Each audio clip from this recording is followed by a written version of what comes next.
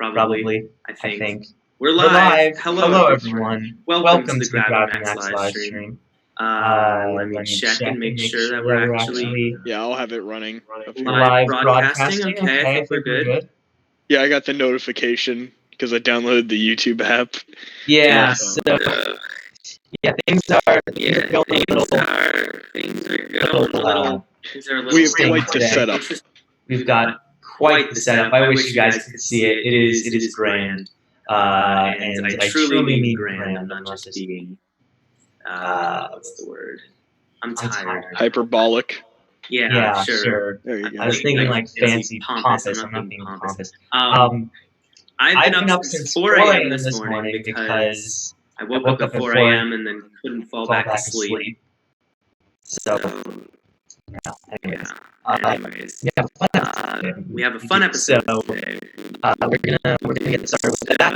And I would like to say that during this live stream, we're going to have like five, less than five, like short as possible breaks every 40 minutes because the software we are using to have these video chats has a 40-minute time limit on calls, so we gotta start a new call.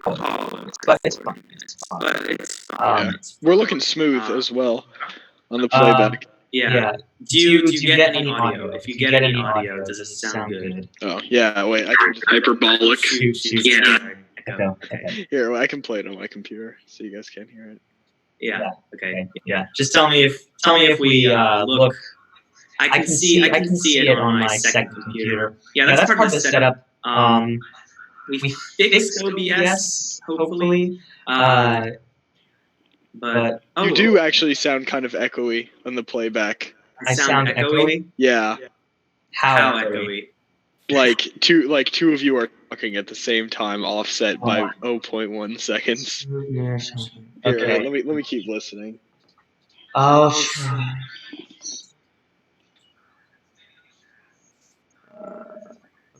I'm muted. My second account is muted here. So what if I did a little? I could do an opposite. I'll mute myself here. Yeah, it's not us either. And then I'll. Might sound all right. Oh.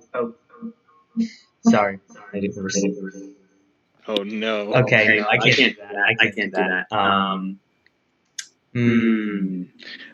Go into OBS. Like, make sure that you aren't having like a double capture, or that you don't have like two inputs or two outputs. Okay, that's the problem. Which one should I get? Audio or mic for which computer? It's just the one computer. Oh, I don't know. Try both. Okay, I'm getting rid of desktop audio. Did the stream shut down for like a second? Okay. Alright, this is strange. Let me just say. Okay. Are we all good? Yeah. Okay. Let's just assume for now that we're all good. Just report to me any problems if you get any problems, alright? Yeah, that's probably the best situation. You can be our official problems reporter, alright? Okay. So yeah, welcome everyone. Thank you guys for watching. Thanks for being here, right? So we're gonna have a great episode for you today. And yeah, we have been trying to improve our quality, and so that's involved equipment. But we're good? Cool. So, hopefully our quality will continue to increase as time moves forward. But yeah, let's just get right on into it. Okay, so this video is not intended for children under 13 years old. If you are under 13 years old, please do not watch this video, as the topics we discuss are meant for those with at least a high school level of education. If you are not 13, you will not understand the scientific topics discussed in this video. Okay. Visit Gravity Max on social media, Facebook, Twitter, Instagram, all that great stuff. Links in the description, and yeah, you can check it for updates for, I don't know, things that I like to say. I don't say much on there, but if there may come a time where I have a really insightful tweet, who knows? I mean, we can all think of a myriad of great, insightful comments that have come from Twitter, right? Yeah, who knows, right? So yeah, and then the website's great because it has a preview to my first book, and if you want to read that, but I don't know, if somehow you've gone this long watching the stream and you're like iffy on the book, you're like, I don't know, maybe not, just check the website and you can read the first part of it so that you can decide whether or not you like it. But likely this is for anyone that's new. So anyone that's new, I've written a book, and just check the website. Okay.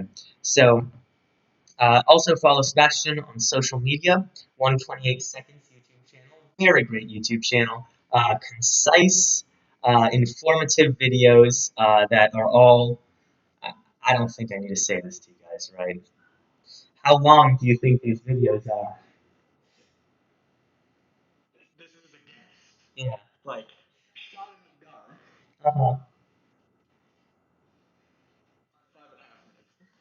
Yeah, exactly.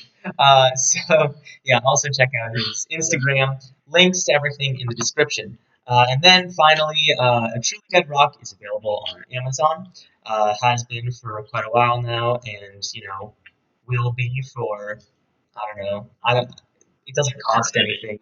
Eternity, until Bezos himself, after 1,000 years, has shut down Amazon. So yeah, it will be up there for a while, so you don't have to worry about that. So yeah, uh, go check it out if you are bored and you need something to read, or if you just want to read it, just read it. Yeah, that's it. Okay, so now we get down to business. Mission to Mars.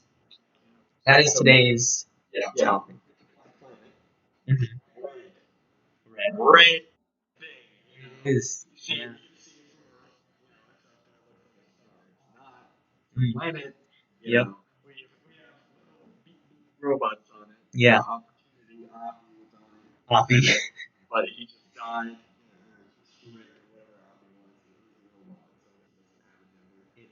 Yeah. Yeah.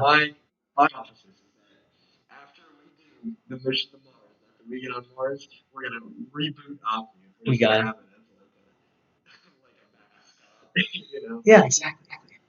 Exactly. We got to do that. But yeah, so a mission to Mars is it's a very, I don't know, it's very prolific in pop culture. I think there's literally a movie called Mission to Mars, right? And if so, whatever studio made that movie, don't sue us, okay? It's not our fault that you're not good at coming up with creative movie titles, okay? You just called your movie Mission to Mars. Okay. Okay. Mm.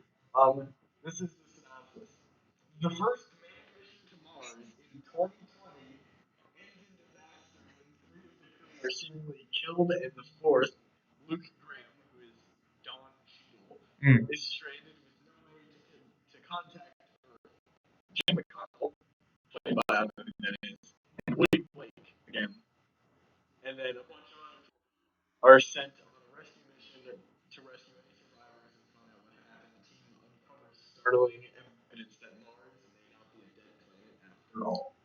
Sounds like 2020, right? Yeah, exactly. Yeah. Oh, by the way, I have an on-topic shirt here with the Occupy Mars shirt. So, yeah, this is yeah. But yeah, so a mission to Mars is very big in pop culture. It's been around for such a long time. People have always been like, "Got to go to Mars. We got to terraform it. It's so much like Earth." And I think this started, if you look at like history of astronomy, it started with some astronomer like looked up at Mars with a good enough telescope and was like, those look like canals on Mars.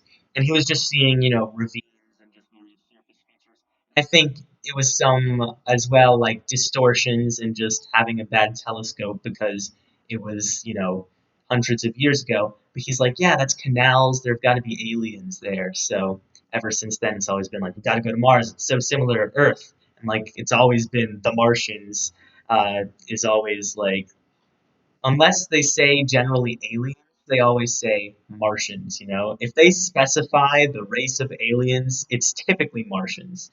You know, um, so yeah, so it's a very big thing in pop culture. So we're going to talk about it today because there have been some plans proposed. There are some plans that are currently like very soon upcoming. We've got SpaceX wants to send cargo missions in 2022 to support manned missions in 2024. NASA has some plans for the 2030s, and yeah, all that very. It's a very exciting time. So we're going to talk about the practicality, how one would go about uh, doing a mission to Mars. So yeah, that's the basics. Um, so yeah, should I go to the first slide? Alrighty. So first we have the Hohmann transfer orbit, and this is some like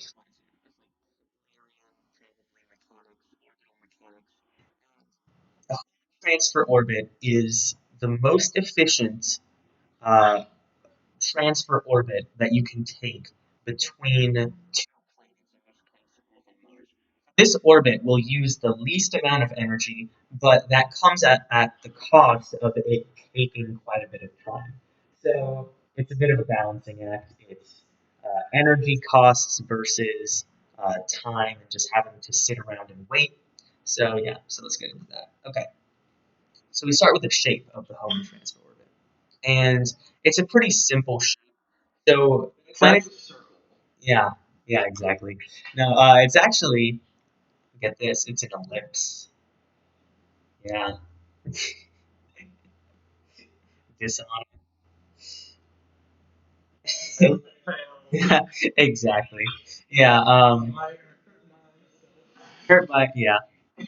Uh, anyways, yeah. So the planetary orbits are roughly circular. They are also ellipses, but they're just very close to circles. But anyways, the this particular ellipse of the Hohmann transfer orbit has its perigee in Earth orbit and its apogee in Mars orbit. So what that means is that in an elliptical orbit, there is always a perigee and an apogee. The perigee is the point where it gets closest to the body that it's orbiting, which in this case is the sun, represented by the origin on this graph, and the apogee is when it gets farthest away. And these points always occur on opposite sides. So we start, right? We have, if you think about it visually, it kind of makes sense that this is the most efficient orbit because if you had an orbit where the perigee got lower than Earth orbit and the apogee got higher than Mars orbit, then there would be more of the orbit that you're just not using. You know, that might be a way to think about it. But yeah, this it's pretty interesting. As a lot of people think, right? So it's a common phrase. People always say that window of time to get from Earth to Mars, there's just like it's once every 2 years roughly. And people always assume, oh, you want to go to Mars when Mars is closest to Earth. No, you have fallen victim to one of the classic blunders, right? Because it's not about that. It's not like you're just going straight to Mars. You are actually following half of the ellipse around. So the full ellipse isn't used, but half of it is used. And you kind of like loop around. So Mars has to be in a specific position, a little bit ahead of the Earth in the orbit, so that because larger orbits move slower. So if Mars is a little bit ahead of Earth and you are on your Hohmann transfer orbit, you'll be moving faster than Mars. You'll catch up to it, and then you'll intercept at the end. So yeah, yeah, that's shape.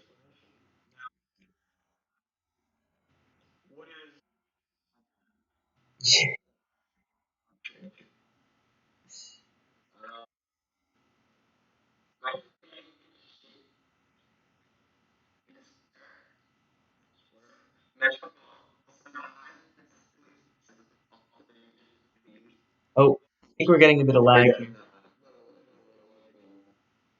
Uh, okay, okay. Uh, yeah.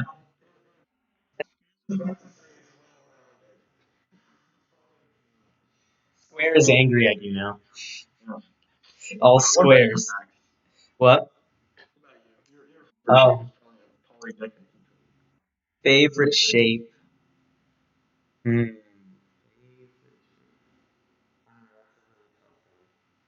I'm gonna, even though that's a question they ask preschoolers, that is actually um. Let's see. I don't know. This might just be because we're talking about phonics sections in general. Uh, they, so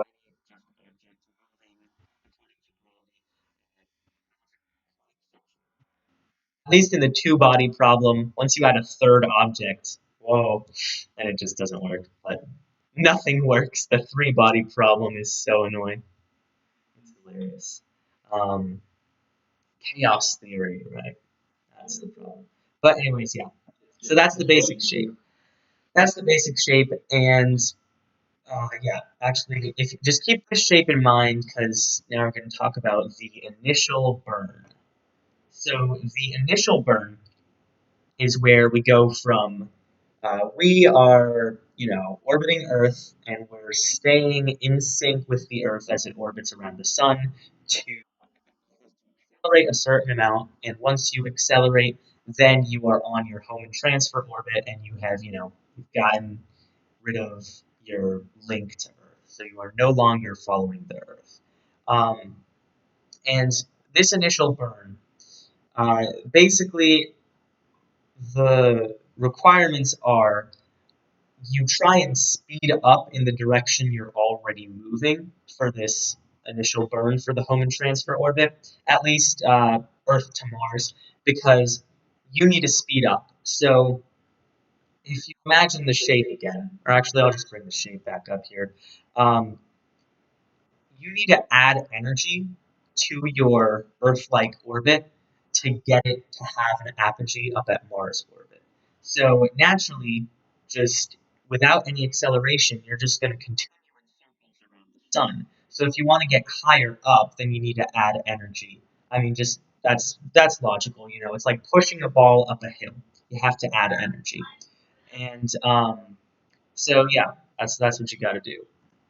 So your initial burn adds energy to your orbit, you speed up, and so that's the first part. Yeah,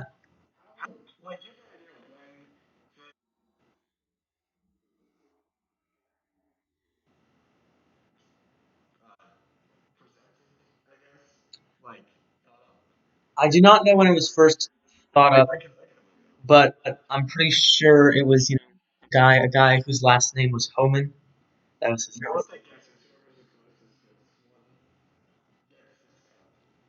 All right, all right, all right, all right. I'm gonna say, are you gonna ship that 1,500 miles?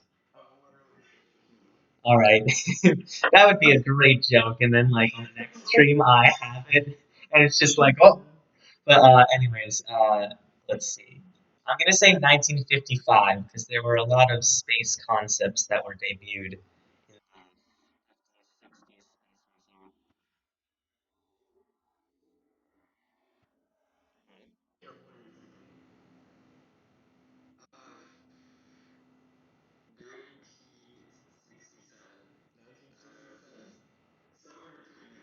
Yeah.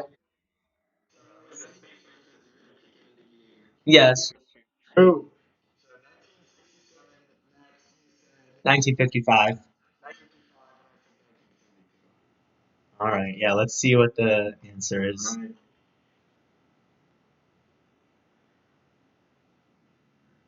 Um.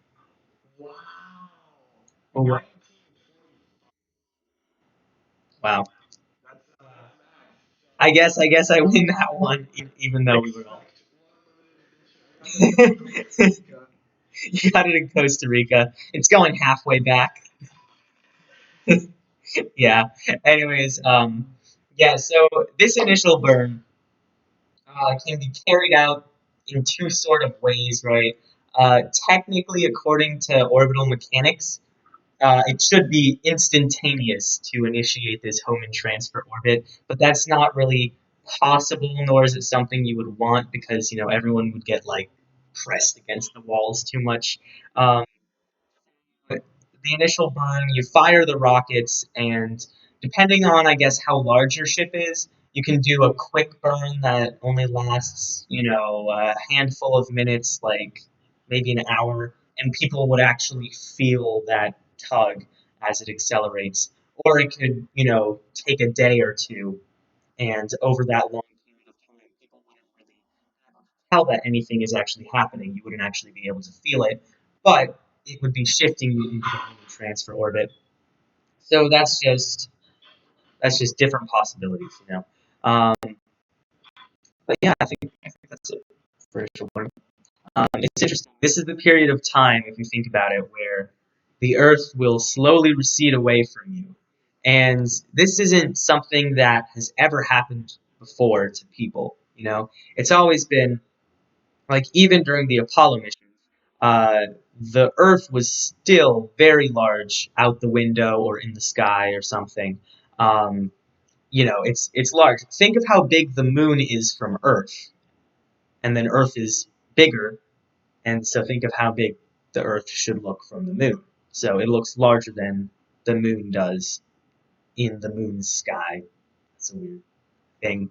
But I talk about it in my book because it takes place on the moon. So they're like, oh, look, the Earth in the sky. But, anyways, what I mean is that during this initial burn, and a little bit after, most likely, is when the Earth will not just become a disk, it will shrink further. It'll get smaller than the moon looks in the sky. Eventually, it'll be like fuzzy, but still a disk. And then you get to the point like a few days into your journey, maybe a week even, where it is just a point. It is a blue point or a pale blue dot, as they say. You might understand the reference. Um, yeah, I think so. I think that was from Sizzle. Exactly. Yeah. A pale blue dot is also in reference. I think that's what he names. There's this famous photo where the Voyager probe was like looked back. Oh shoot! Wow, I kind of got lost, didn't I? It looks back at the Earth, and then that's the photo. But yeah, you would actually be able to see that firsthand instead of just a picture from a space probe. That's what these people on this mission would see. That's got to be crazy, you know. Anyways, so yeah, I'm gonna go to the next slide. Of this slide, we got coasting. I was looking at.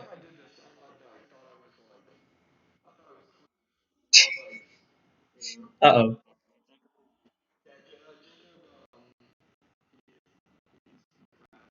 Oh no. Okay. Okay. He's gonna come back. I'll probably have to admit him again.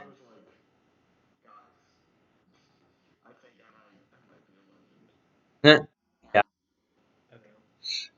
Yeah.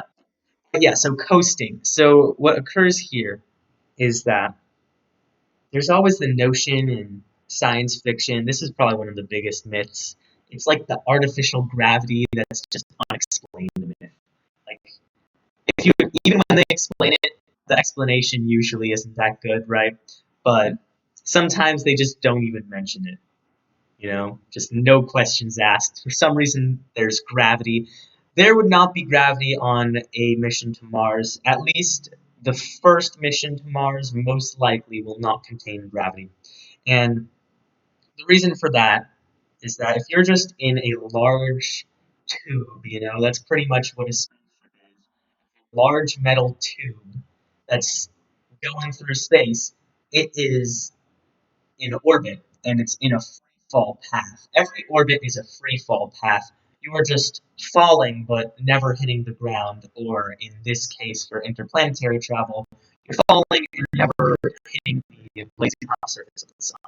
So while you're in orbit, there is no acceleration. Your ship is not accelerating whatsoever, so there is no sensation of gravity. So you're just floating. And that's fine, you think, like, right? The ISS exists and they're all doing fine, kind of, you know.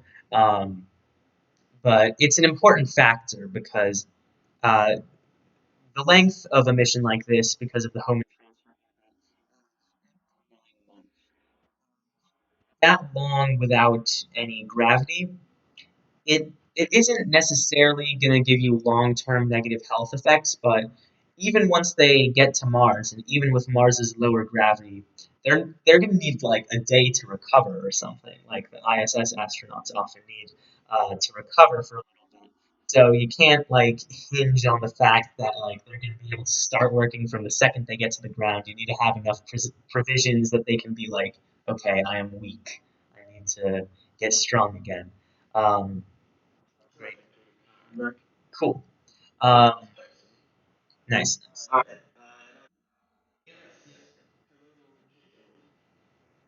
right. Video back. Yeah, we've all been there. Computer issues. Yeah, that's kind of this should be the computer issues live stream instead of the Gravity Max live. Like we always have computer issues. It's so fun. um, oh shoot. Yeah, but yeah, it's fun. It's fun. Technology, right? That's what brings this Gravity Max live stream to you guys. Um, yeah. Yeah, exactly. Uh, anyways, so yeah, a large part of this mission involves coasting, and yeah, it's interesting. Some stories, like Red Mars, which is a story I like, um, they actually construct a spaceship that is large enough that it can incorporate rings that rotate and give you centrifugal force, artificial gravity, which is a thing that exists. Like that's theoretically possible. Um, but it isn't entirely likely for the first Mars mission because people do better with, but okay, we're gonna run out of time and yeah, but anyways, um, yeah, that's a lot of resources to invest in a first Mars mission, and a thing about firsts is that if you want to be first, you kind of gotta ditch the luxuries like gravity. That's considered a luxury. That's how non-luxurious interplanetary travel is. So in all likelihood, the first Mars mission will be conducted in zero gravity on the orbit there. And that's not saying that it should be conducted with zero gravity. Like it's not that it's better, and it would be better to have gravity, but since we're talking about the first Mars mission, uh, the person that stops to like craft a dainty little gravity, uh, well, they're not going to get there first. That's the simple fact of the matter. So if you look at Elon Musk, SpaceX, those plans do not involve any gravity. They're just like, yeah, just send them to Mars.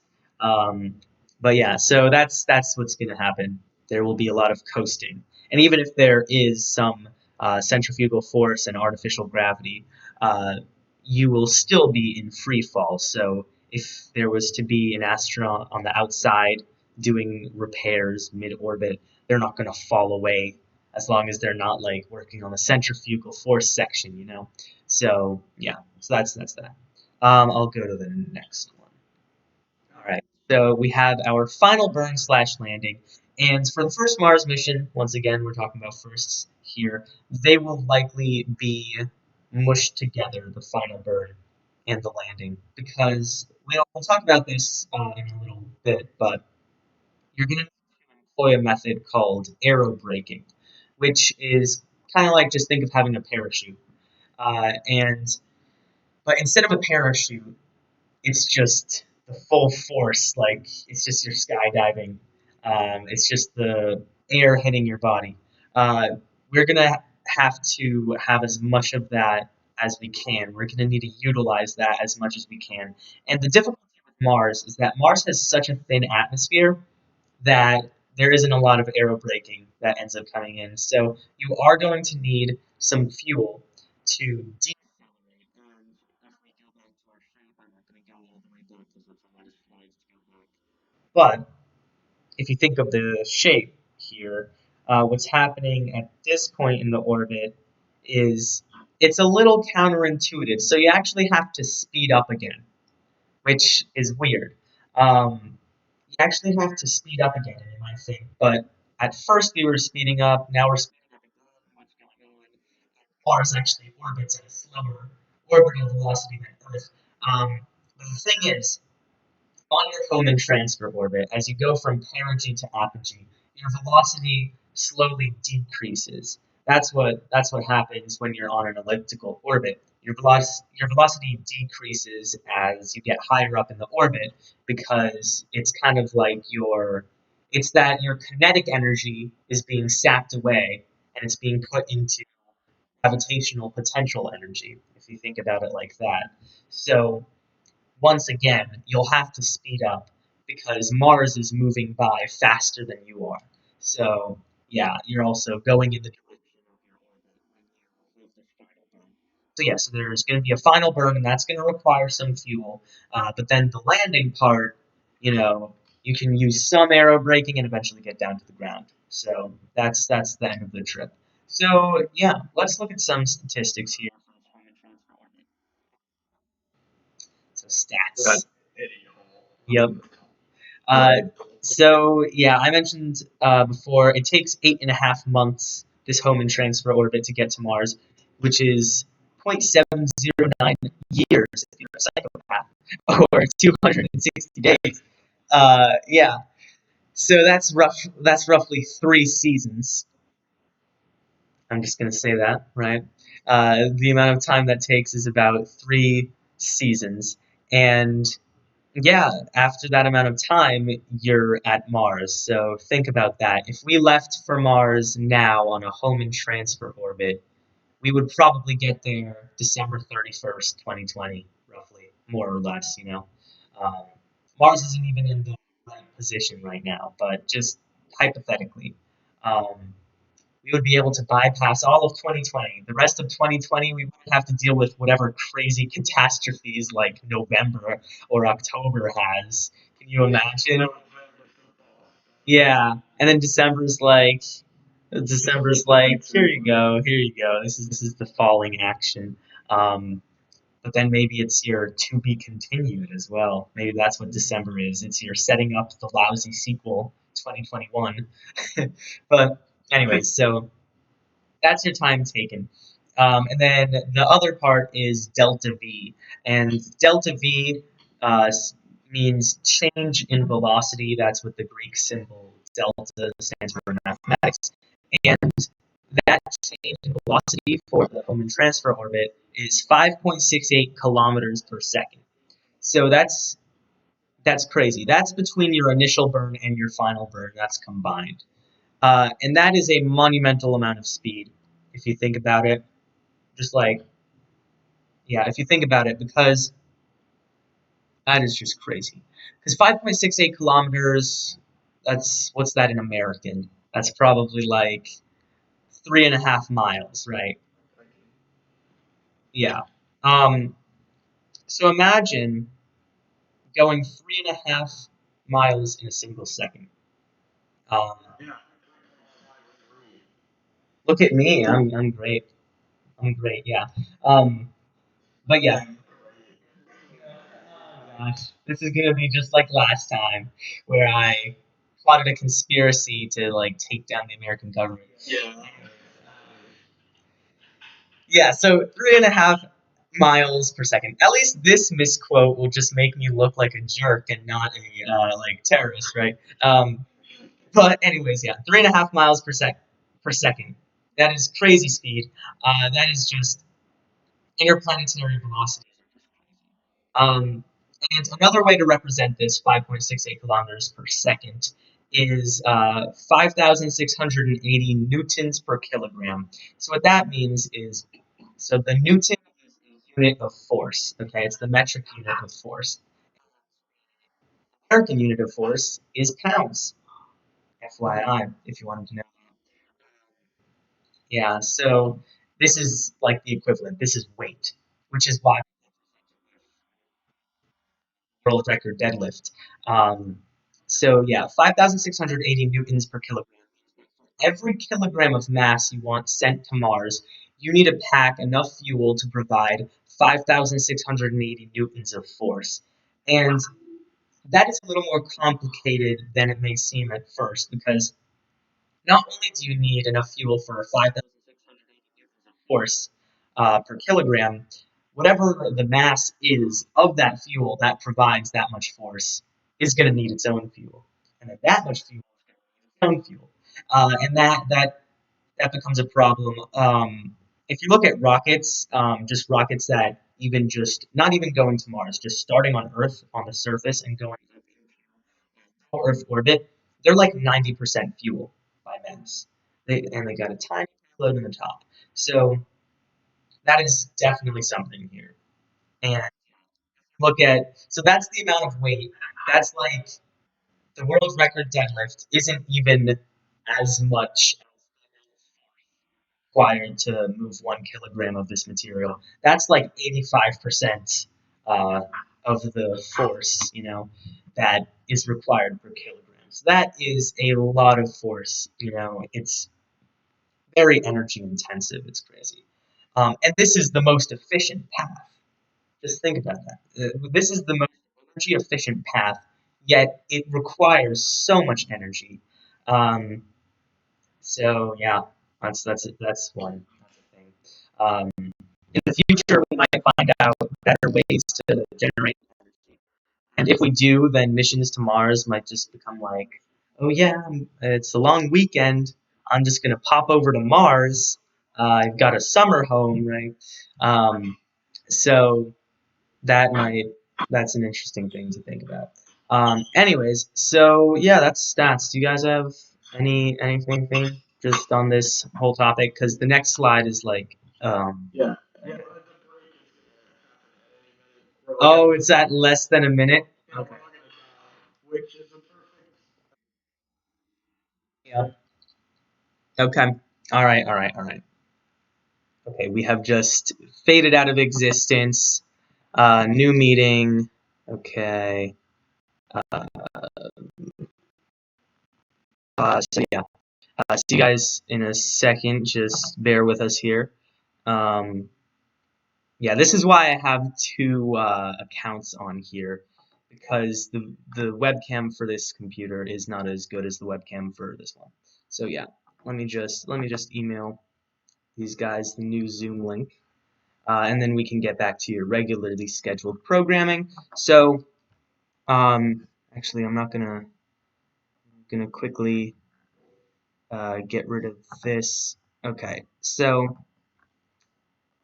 yeah, I would like to tell you guys that if you guys have to like use the bathroom, or if you want to get a drink or a snack or something, now's the time to do so while we're on break, and we'll be back in a moment. So yeah, okay. So send. Okay, and okay. So yeah, once we get back up and running, then we can return to the show. So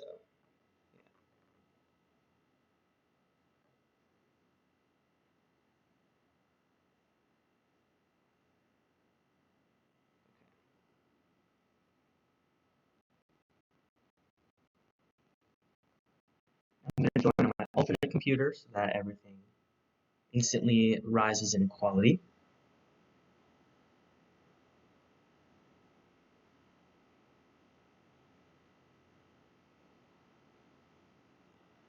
And I'm gonna stop video here and mute here. So then I can join this video. And I have to admit myself, which is the best part. Alright, and Jacob is back. Commit. And 1.8 seconds. Sebastian is back. Alright, okay, he's joining. And we're back, everybody. We're back. Isn't that great? That was very quick, you know. Yeah. Oh, really? I don't think so. Wait, like not at all? No voice?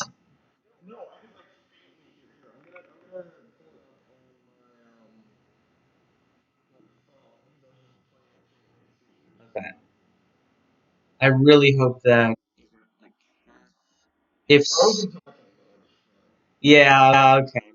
If that is the case, um,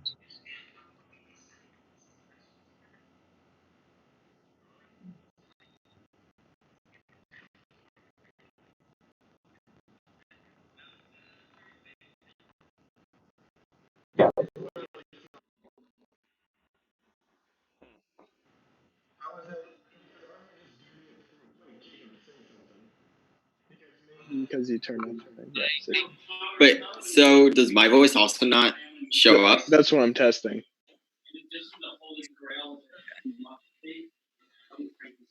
There, I gotta wait for the delay. Yeah, you gotta wait for the delay. I really hope that if okay. If that is the case, Sorry for the echo.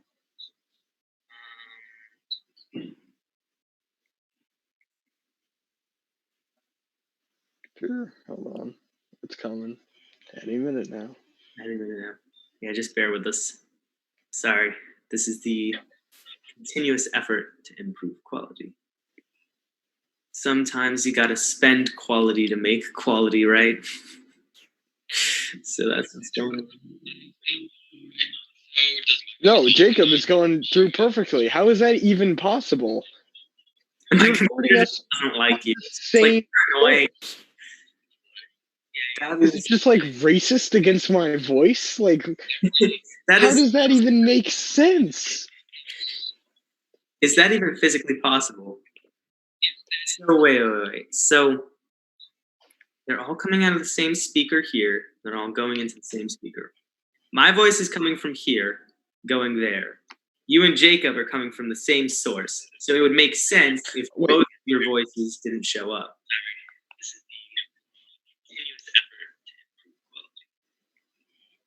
Sometimes you gotta spend quality to make quality, right? I think I just heard myself talk. Hold on. Okay. Maybe it's your microphone, like if you move it closer to. Yeah, now I can hear myself. But did I move my mic? Like, I don't think I did. Well, whatever. I don't know. If it was Sebastian's mic, then we wouldn't have heard him. Yeah. Yeah. Okay. Now I can hear myself. Okay. I don't know what the problem is. Just like yell, I guess. Here, why don't I do this? Why don't I? Oh, I know that won't work. Never mind. Yeah, I gotta use this. I was gonna use my my big boy mic, but you know, actually I could because I could just keep these in and do that. I'll see if that is any. Actually, then I have to unplug it. I don't know because it seems to be working now. Okay. Yeah. Just make sure to keep checking that. We don't want to miss your. Here's my theory. Yeah. My theory is something happened in the past that has now been fixed. Ah. Yeah. Now I can hear all three of us like bueno coming out of the stream. Yeah, you're thinking maybe like a time traveler. I don't know, like poofed him out of distance, and he's come back. Maybe there's versions of us from the future that are running around in the past, trying and like messing things up because there can't be two. There cannot be two. That would be out of hand. Yeah. If the problem persists, then we'll just move to Discord because at least Discord can remain solid for like an hour. That's true. Yeah. Yeah, this is a strange episode. Anyways. It is, yeah. This is the mission to Mars. No, it's the mission to fix the live stream. Yeah, exactly. The mission to fix the live stream. Yeah, okay. We can get that. Yeah, break's over. All right. Practicality. So we just gave you a ton of math, pretty much. That's just what I talked about. Math. For 40 minutes, I just talked about math. So now let's talk about some in practice, because they always say ideas that sound really good on paper never work in practice. Well, here's some ways to make it work in practice. All right. So we start with the one-way ticket. And this is a fairly self-explanatory concept. It's that you don't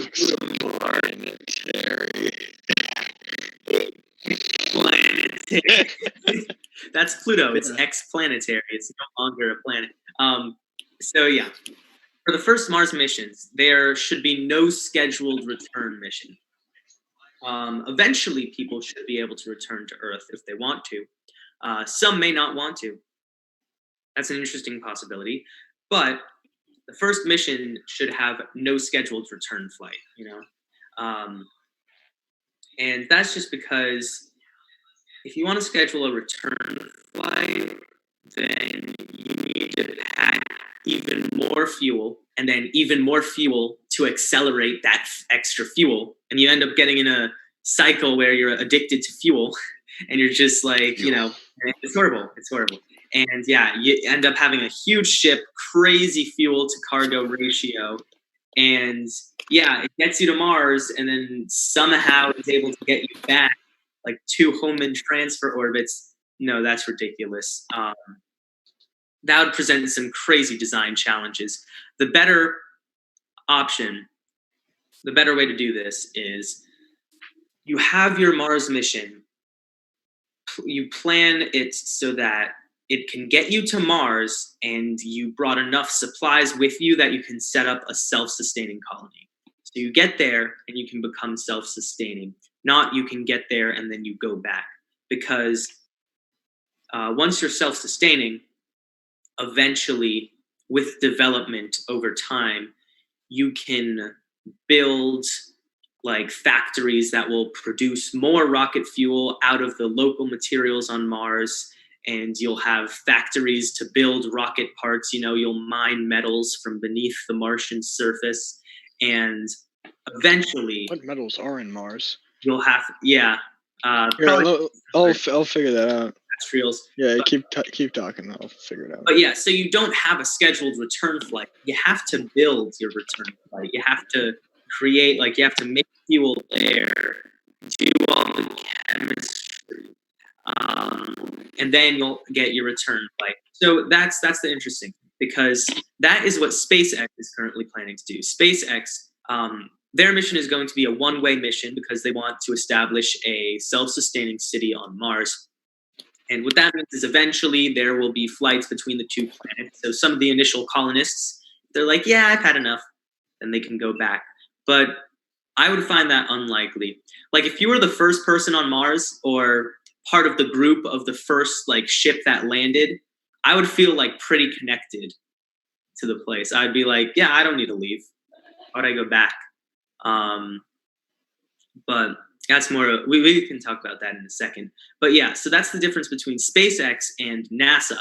So SpaceX, because they are they're planning for a one-way mission and just becoming self-sustaining on Mars, while NASA is planning for a return trip, which is complicating their mission so much more, which is why NASA has a time frame going to the 2030s, and SpaceX is like, we got it 3 years, 4 years, and we're done.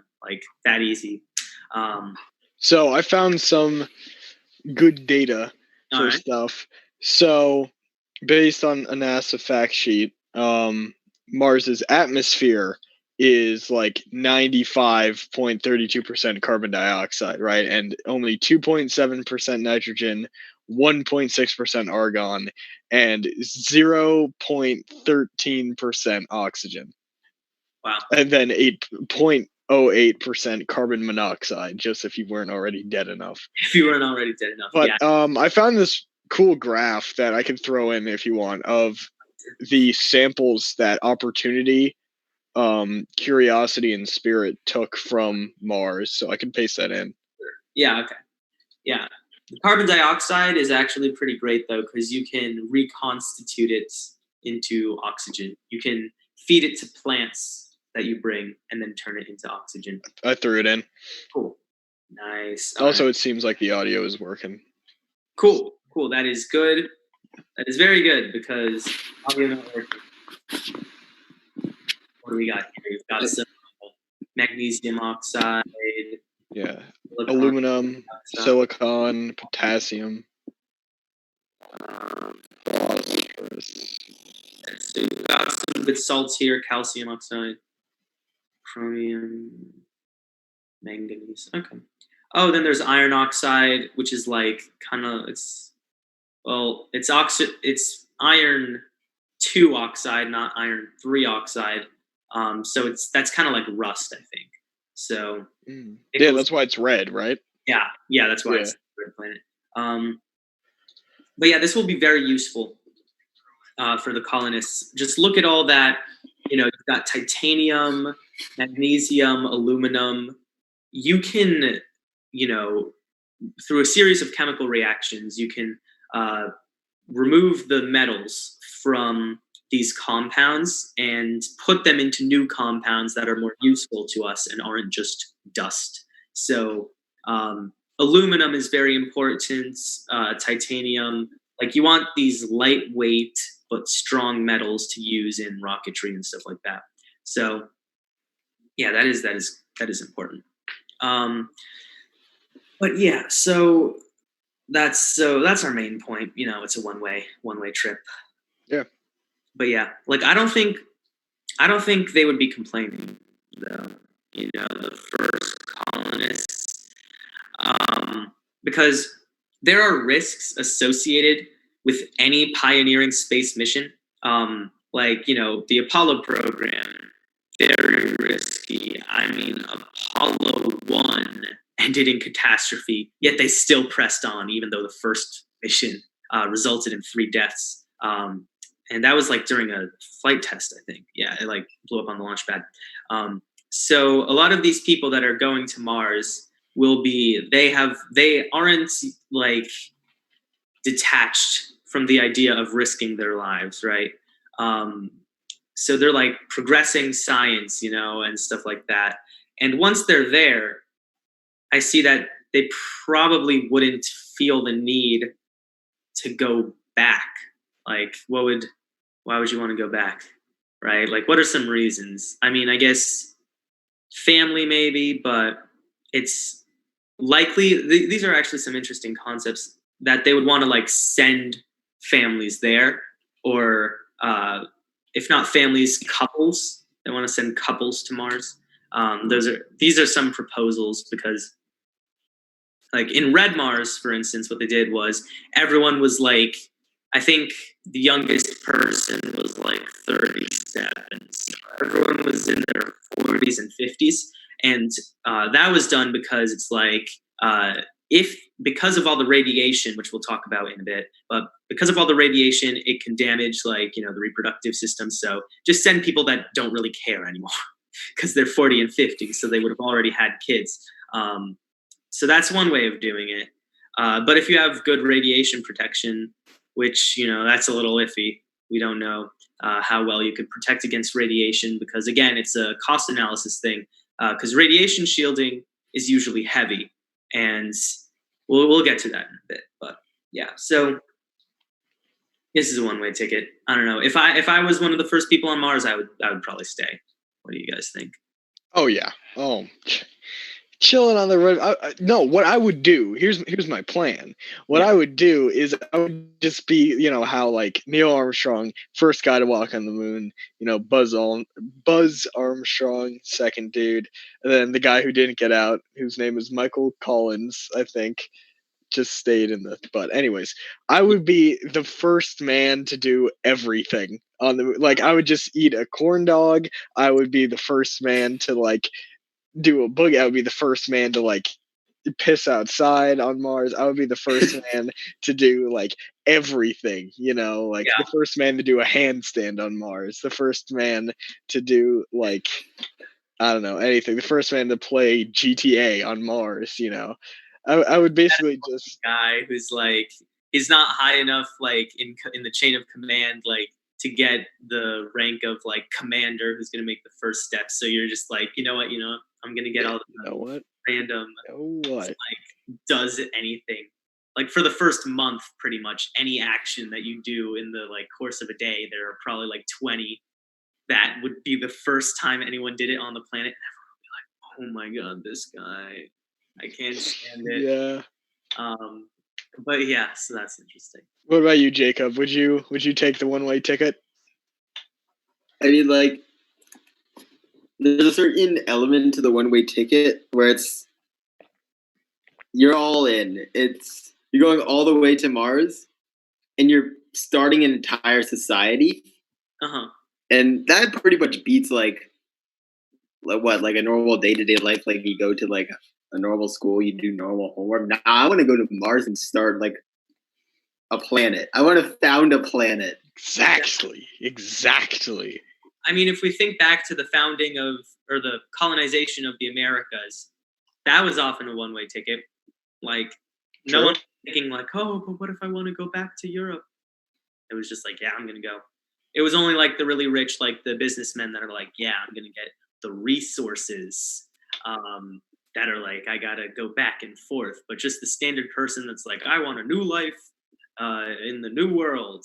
I mean, new life says it all. It's you don't go back from a new life. So yeah, it will be in all likelihood a one-way ticket. So yeah, I'll go to the next slide. Rocket construction. Yep. Rockets. So yeah, go ahead. The rockets are like 90% fuel. Yep. And that's just like on a loop. Like, this is a vastly greater distance than we need to get to the moon. And the rockets to get to the moon were already absolutely massive. So I just imagine like these rockets we're just going to be flying like full Star Destroyers into space of fuel. It's going to be like floating mountains of just fuel, because that's just like the distance is going to be so much more. Yeah. And I'm just wondering, like, how would you even build something like that on Earth if it's going to be so massive? Yeah, exactly. So that's the point here. A ship that's going to Mars will likely have to be so large that you can't just launch it from Earth in one piece. And so even with that, you're like, okay, launch it in multiple pieces, but that still might not be economical. It might be more efficient to just send out a space probe to a near-Earth asteroid and then haul it back and then disassemble it in orbit and then reconstitute it into the new shape of your rocket to Mars. Or you could get resources from the moon and then launch that off the lunar surface. Those are both possibilities, and both of them require less energy than actually like launching stuff from Earth, because Earth has a massive gravity well.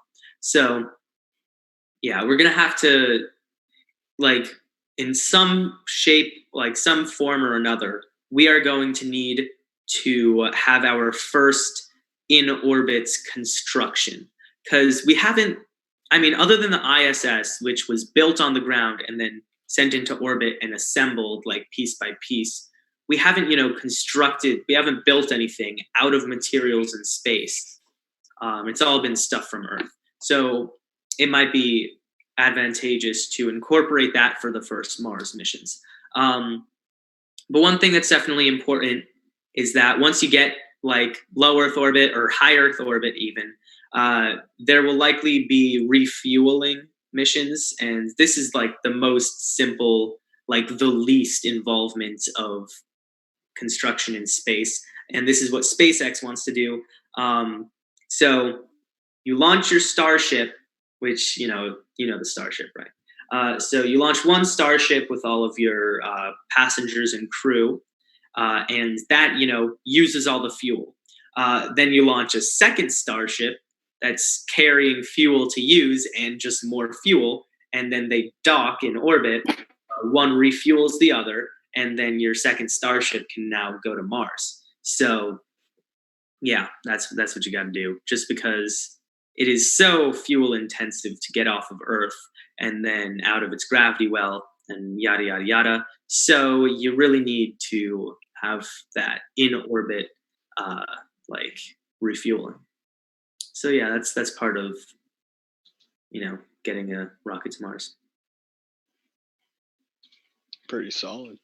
Yeah. So Like the rocket. are these designs like what shape? Like, are they just gonna look like cylinders, or are they gonna be like looking like the ISS, or?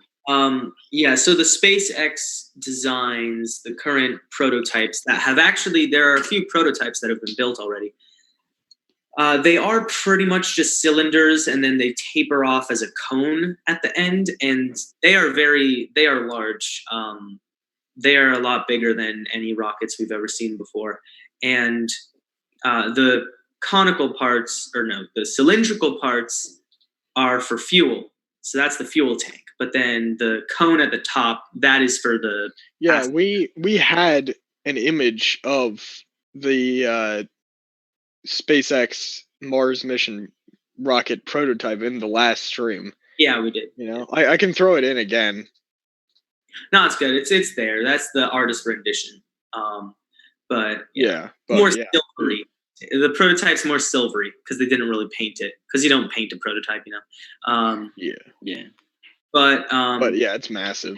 I forgot the numbers. I think Elon Musk said that just one of these things could occupy 50 passengers, which is a lot. I could face that's a lot. The ISS has a capacity of 7, but like also in a different way only has a capacity of 6, so it only ever gets 6 Yeah, people. it can send it up to 100 people. Wow, so you can have 100 people in a Starship. I think Elon Musk, the current plan is to have 2 ships of people. So I don't know how many people that involves, if it's 200 or if he wants to let them have more spacious rooms. So that's only 100, 50 per ship. But thanks. Yeah. Well, yeah. But either way, that is a lot more people than we even have just in Earth orbit right now. And yeah, so that's an interesting thing because the ISS can technically have 7 people, but it only has enough, they're not escape pods. That's not a really good word for it. It's just the capsules they use to get back down to the ground. They use it for normal situations and they would for emergency situations. So they're technically escape pods, but it's really just down to the ground. They can only dock enough for 6 people at a time. They have 7 beds on the ISS. So they never actually get 7 people unless they're doing a transfer or something. But usually the transfers have just they get down to 3 people for a while and then another crew comes in. It's weird. Anyways, yeah, it's interesting that Elon Musk, he hasn't backed down yet because this is a very ambitious goal in so many ways. Just one of them being the number of people that would have to be in space for this. And he hasn't backed down yet. And usually when a company, when they put out an over ambitious goal, usually by now is when they'd be like, yeah, we just got to push it back to 2026, just 2 years, 2-year delay. And then 2 years later, they're like, we might need another 4 years, 4-year delay. That's what typically happens with this type of thing when it's over ambitious. But no, it's already 2020, and the first part of this mission would have to be executed in 2022, which would be the unmanned cargo mission. So we wait and see. I don't know, depending on the whole coronavirus situation, that might give them an out to be oh, we had to delay because of the coronavirus. And there is some truth to that because Elon Musk has been producing ventilators instead of rockets right now. So good job, Elon. Round of applause for Elon. Right, yeah. Sending them to hospitals in California. So, that's a good cause, but it delays a lot of missions like this. So, who knows? Things might end up going slightly differently than we expect them to. That's pretty much. That's the general note. That's the theme here. But yeah, so I don't know. That's it. That's it for me. Do you guys have any more comments on this section? If you could build and design a rocket, what would you name it? What would I name? It's got to be like. It's got to be like a Greek or a Roman mythological figure.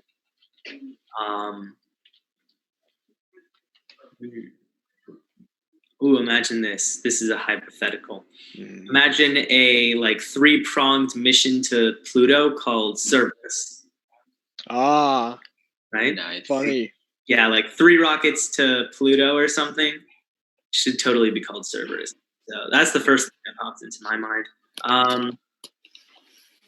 Yeah, I guess you could have like Zeus, you know, but then you end up confusing like Jupiter mission to Jupiter, because that's a Roman god, So yeah. Jacob, what would you name your rocket ship, spaceship, shuttle? I mean, the serious name, I might choose like Ares 1 for the first Mars mission, since that was like I like that. Roman name for Mars. Or no, it was the other way around, I think. Greek was Ares, Roman was Mars. Yeah. But if I had full creative control, I might just name it the Super Space Rocket Ship Mars X or something like that, just for the hell of it. And I would put Sharpie around all the little lines on it, so that when it launched off into the sky for a little bit of distance, it would look like an anime. Nice. That's cool. Yeah, you got to name it.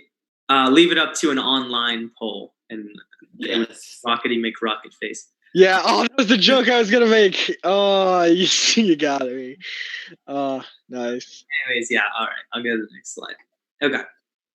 So aerobraking. This is what we were talking about earlier. This is what we do. In this case, this is an orbiter. This is what this is showing, rather than a lander. So for the orbiter, what they usually do when they send an orbiter to Mars is they have it skim the atmosphere, and then it enters an elliptical orbit where it like is just barely able to stay within the gravity well. Like it's just barely able to stay without just getting flung out into deep space. And then through a series of they skim and skim and skim, and that causes it to lose its momentum until it's in the ideal orbit. So there's a lot of energy saver, like wise shopper, cost saving type things that must be done with space exploration, just because space exploration is so expensive already, and it's sadly way too underfunded. And the result of that is a lot of ingenuity in efficiency and cutting costs. So yeah, that's likely how a first Mars mission would slow down, or technically speed up, to catch up with Mars. But everything's relative in space. So relative to Mars, it would need to slow down and enter its atmosphere and then get to the ground. So that would be employed aerobraking. Pretty simple one. Yeah. You could Tokyo drift in space. Tokyo drift. Yeah, that's actually. Because there's the concept of, you might hear this line in like space movies. I've heard like this particular line. I'm paraphrasing here, but it's like super. So many space movies, they're like, if we go in too shallow, we'll skip off the atmosphere. And if we go in too deep, then we'll burn up in the atmosphere. I've heard that so many times in space movies that I'm like, this is a tired cliche, but it's true. At least for entering Earth orbit. Mars, or entering Earth atmosphere. Mars atmosphere is a lot thinner, but you still have to have those considerations. But I've heard it in so many space movies where they're like, you don't want to skip off the atmosphere. And I'm like, yep, you don't want to skip off the atmosphere. I get it. But yeah, so that's aerobraking. That's what you got to do. Yeah. Necessary. I like it. Part of the mission. So yeah, I think that takes us to the next section. Oop, running out of time. Ooh, we hit that 10 minutes. Health considerations. Yeah. You got to consider health. Health is important. That's what we're all worried about in today's day and age. Because, health risks and all that. Right below me. Or actually, wait, right to the side of me, probably. This side, I don't know. Wait, I can tell you. Yeah, it's to your right. To your right. Other way? Your left. Wait, your left. My right is pointing in the right direction. No. Okay. Yeah, that way. Look at the little Gravity Max logo. They're practicing distancing, okay? Yeah. But yeah, health is important. NASA, SpaceX, they are concerned about their astronauts, because they're people, and you got to keep people alive, or else lots of court cases. Yeah. So, and space is dangerous. Space is a danger place. You can quote me on that, but there's a lot of threats, which is what we're going to talk about in this section. So. Yeah. All right. First is radiation. So that guy just does not look happy to be there. Like, they've ran me through the X-ray 337 times. I can feel my legs boiling. No, this man just has the power to radiate anyone he stares too long at. That's how you get superpowers. Just X-ray 337 times. But yeah, radiation is like, it's a silent killer. It's very crazy what radiation sickness looks like. When someone gets acute radiation sickness, it's like bam, like their cells. It's like this, right? So if you think of a sunburn is the result of cell death from UV radiation damage.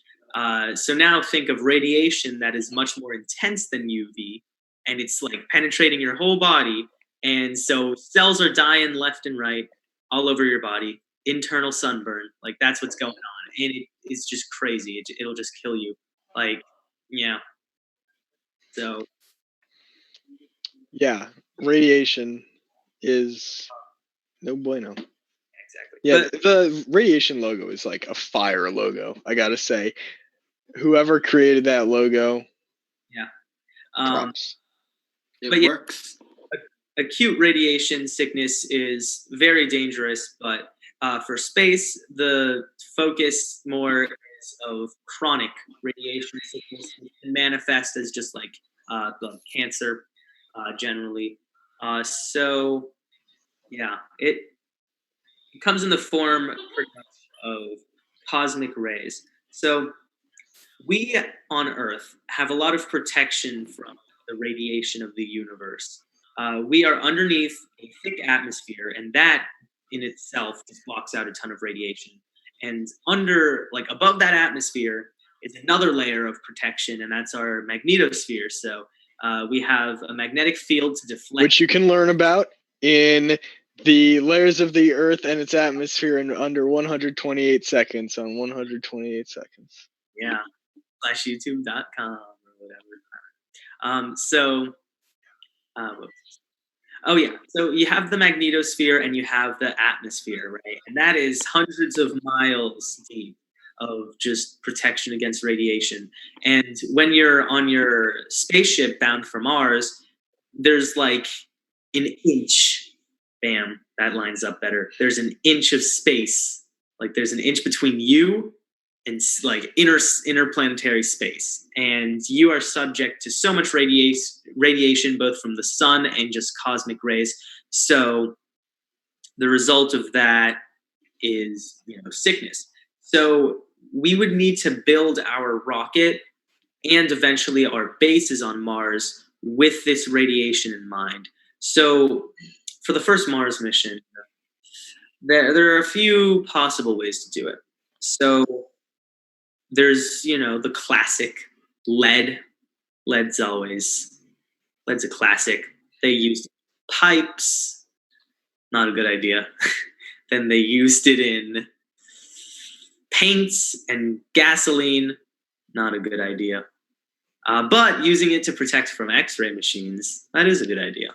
So yeah, that's a possibility. You could line your spaceship with lead, but there is actually a better solution, in my opinion. And what that is you want to put your water supply as well as your fuel supply in the external parts of the ship, so that like people inside are kind of encased in a giant cylinder or whatever shape it is of water and fuel. And that is because like the hydrogen is very good at absorbing radiation. Hydrogen tends to take a lot of damage, and water, in fact, has a lot of hydrogen in it. 2 parts hydrogen, 1 part oxygen. And so do a lot of our spaceship fuels. A lot of them involve hydrogen. So if you put this around your spaceship and shield your astronauts from radiation just with plain old water, then you don't need to add the extra weight of lead. And lead also can cause like secondary radiation, where like instead of stopping radiation, the radiation just creates more radiation and it's a problem. Water doesn't do that. Water's your friend. So water's your man. Yeah, exactly. So you end up that's how I think we should protect against radiation in space. Just a big bucket of water on the outside of your ship. That's what they do in Red Mars. Yeah, pretty good book. Does the water on the outside of the ship, if it protected it against the radiation, wouldn't then the astronauts be drinking raw radiation, or is that just not how it works? No. It's not like that. It's, if you look at the radiation here, that's like neutrons, gamma rays, beta particles, alpha particles. They could just be stopped by like the exterior hull, so you don't have to worry about those. But the beta particles, they are just extra electrons, so you get, I guess, slightly acidic water. You get carbonated water, pretty much, just water. Oh, yeah. But no, yeah. So it's not a big problem. And the neutrons, when a neutron like hits what ends up happening is they just kind of bounce off. They're usually not high energy enough to actually initiate nuclear fusion and create a new isotope of like oxygen or hydrogen. So yeah, it just kind of blocks the radiation. The radiation just kind of bounces off. So that's okay. So Zoom says less than a minute. So instead of getting unceremoniously cut off, I'm just going to end this and then start it over. So yeah, second break number 2. Yeah, let's just, okay. Bye-bye. See you guys in a second. The void! It's calling me! Follow the void. The void! End meeting.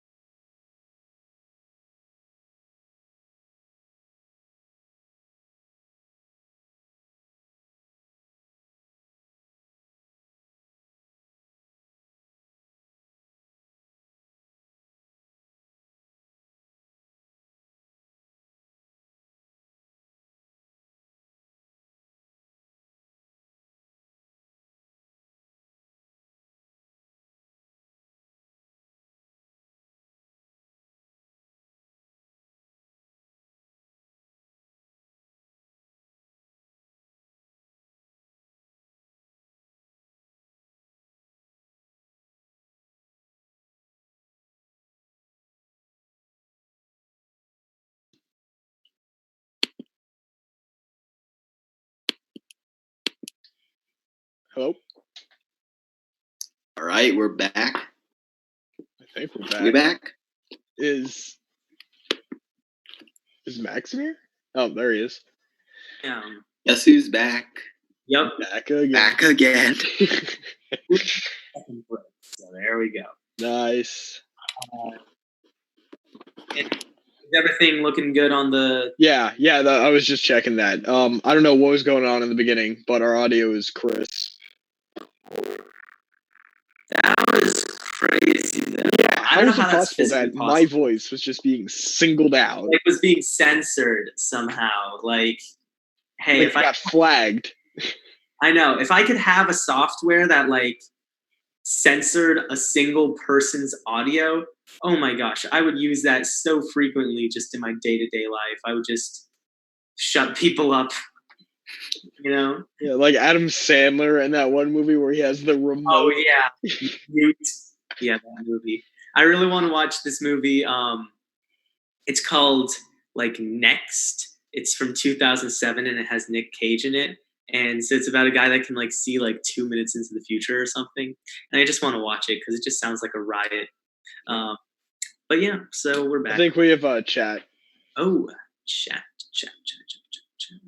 Let me check that out. Do we have chat or? Yeah. I just see got him. Yeah, that's it. Oh, okay. I saw that quite a while ago. I was just thinking. Okay. Got him. Got him. Okay. Well, I was godded. That's what happened. Yeah. Tyler won. That concludes our discussion of radiation. Yeah. But just if you want to think about the power of radiation, think of like Chernobyl. Place is unusable. So we got to be careful and we got to protect our astronauts. Okay, so the next topic is microgravity. And Dude's doing the Thriller. Yeah, so this is basically just as we were talking about earlier about while you're coasting, there's no gravity, and then once you get to Mars, you're going to need to recover. So I guess this is a little redundant. I don't have much to say here. You guys get it, you know?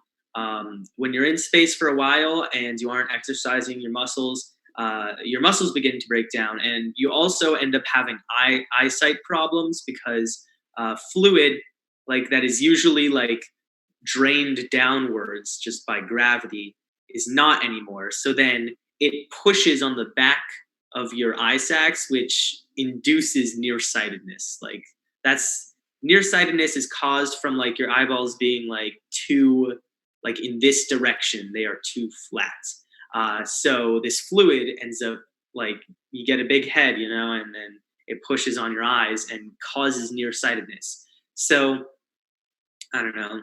Everyone should bring prescription glasses. But yeah, it generally corrects once you get to the surface of Earth. And so that's an interesting thing. We don't know how much Mars will do to remedy these microgravity problems because we know about microgravity and we know about 1 gravity, but we don't know about 0.38 gravities. It's just an open question. So, you know, everyone might get there, and then it turns out their eyesight problems are persisting. Their like muscle mass is continuing to decrease even with exercise, and they can't do anything about it. That would not be good. Let me say that would not be good. But you know, we could just hope for the best. So potentially, though, couldn't they to the spacesuits to try and counter that? Well, that wouldn't work in zero gravity. Yeah, that'd still have no effect. That's true. They could try and Harrison Bergeron themselves, you know. Bergeron. They can do that. Yeah, that's an interesting possibility. I don't know. I have a feeling it's kind of going to be like, you know, halfway in between.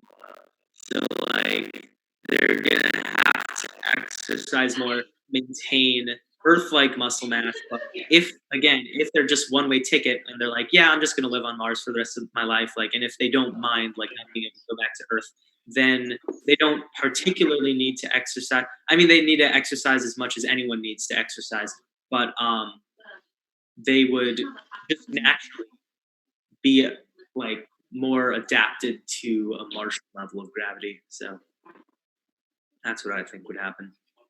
They would kind of become stuck. So that's another reason why it's like a one-way ticket.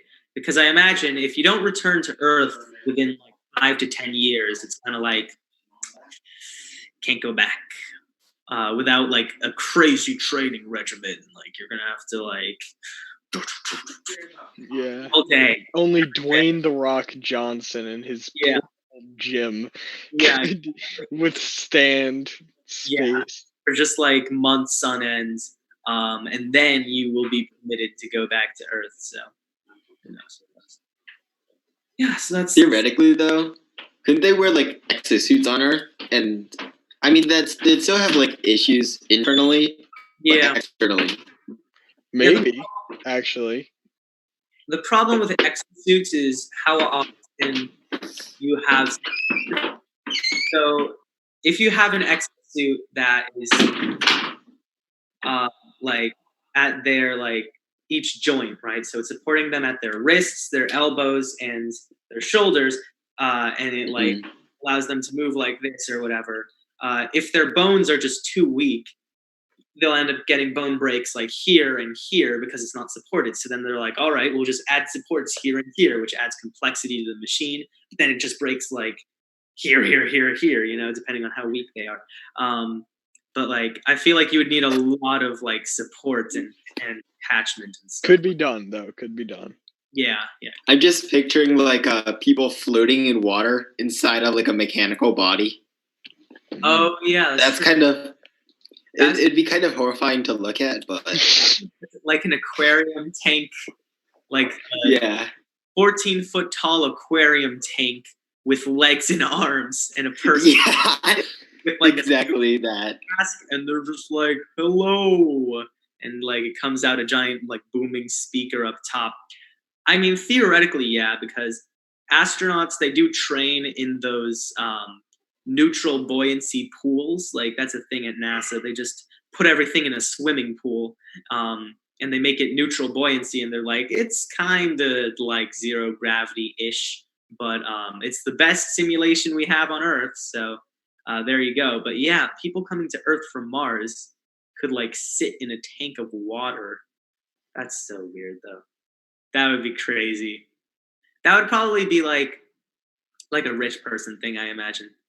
Because that would be very expensive to do.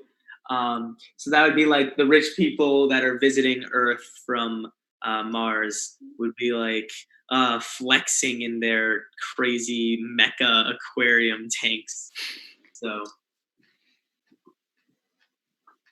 so that's microgravity. I don't have anything else to say about the topic. It's cool. Yeah, it's cool. I think Martian gravity would be cool to like walk around in. You know, it would just be so much easier at first, I guess, and then you get used to it. Anyways, Sanity.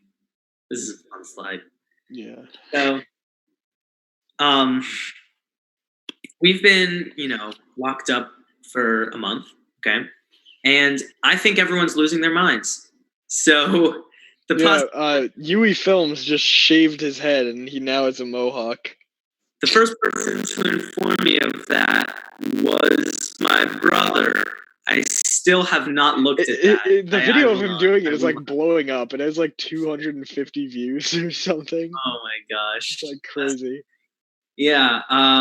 Here.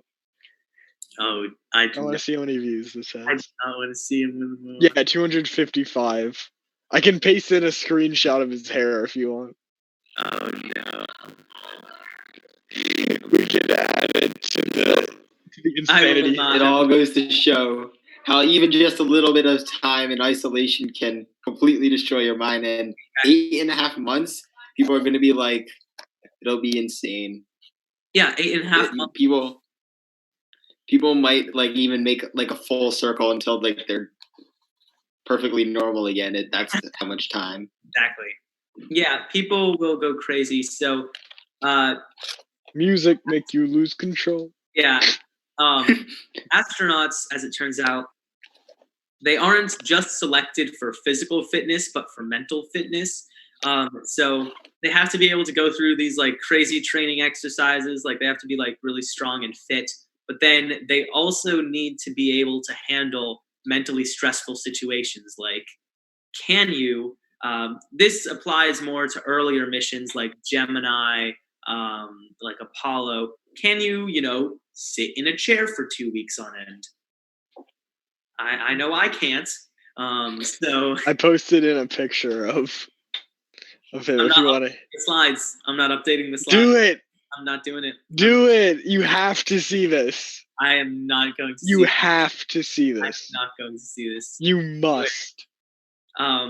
So people might go insane if you don't pick the right people. They might go insane on these 8.5 month long trips to Mars. Because if you think about it, for the first mission, you've got just 100 people, maybe, right? Maybe even less. And it could be 50 and 50 again, like split. So you only got your 50 friends. And the worst part about it is a lot of people have been getting by making phone calls to like other people and Zoom calls and whatnot. But once you get a certain distance away from Earth, very quickly you find that there is too much light delay, there's too much lag time, and you really just can't hold a meaningful conversation because you say, hey, what's up? And then like a minute later they hear, hey, what's up? And then they're like, nothing much, how about you? And then so you've been sitting there for 2 minutes now and you hear the response and you're like, that's good. And it would be so slow. It would probably take you like a whole day just to carry out like a 10-minute conversation over the phone with even just a minute of light lag. And on Mars, the light lag can get as bad as like 20 minutes. So people will end up like kind of losing their sanity while they're on these transit voyages because they only have the people next to them. Like they only have the people around them for instantaneous communication. Anyone else, like they can receive video messages, but they can't have video calls. That might be an interesting experiment to do for a Gravity Max live stream. Like the whole live stream like is on a 20-minute delay or something. I don't know how to do that. YouTube doesn't offer 20-minute delay as an option. But like maybe we can only look at the chat like 20 minutes behind. And then like, everyone is like only inputting videos from. That would be crazy, Like half the teams on Earth, half the teams on Mars. What would the Gravity Max live stream look like? That might be interesting. Something for a later season because even just trying to handle a webcam is very stressing to our feeble technology. So yeah, that's something that we might want to try. That might be it. But yeah, I don't know. What are your guys' best tactics to avoiding insanity while in isolation? I feel like the reason your brain kind of goes insane because like obviously you're not having that social stimulation, but if you can get stimulation from other things, then you can like actually keep your mind going. So like learning things is actually a great way to actually keep yourself like on the straight and narrow. So there's actually this channel I love. It's called 128 Seconds, and it basically explains an incredible variety of topics in, get this, in under 128 seconds. And I feel like, say crazy scenario, entire planet is shut down because of a virus, let's say. And it's out there, I know, but I'm a dreamer. So what would you do? You'd be sitting at home. You wouldn't be able to go to a grocery store. You wouldn't be able to see your friends other than, like video calls or some weird face cam stuff. But if you want to keep yourself educated, if you want to keep your mind going, 128 seconds. This is an interesting question. This is more of a rhetorical. How much worse / better would things have been if it was a computer virus? It would have been so much worse. It It would have been so. I know, it would have been so much worse. That's that 1 second after stuff. Yeah, that's totally. Yeah. Like, could you imagine you call your friend and like that's how you spread the virus? So it's like it would be the opposite of what we have now. It would be like, go say hi to your friend in person, because if you call them, you'll give them the computer virus. Yeah. So no, but people would lose their mind. Like, think about like stock people, like day traders. They would just be like, yep. They'd actually they would lose work. Yeah. Yeah, they'd actually have to like go there and be like, I'll buy 20,000 shares. You just stand there with the two. Yeah.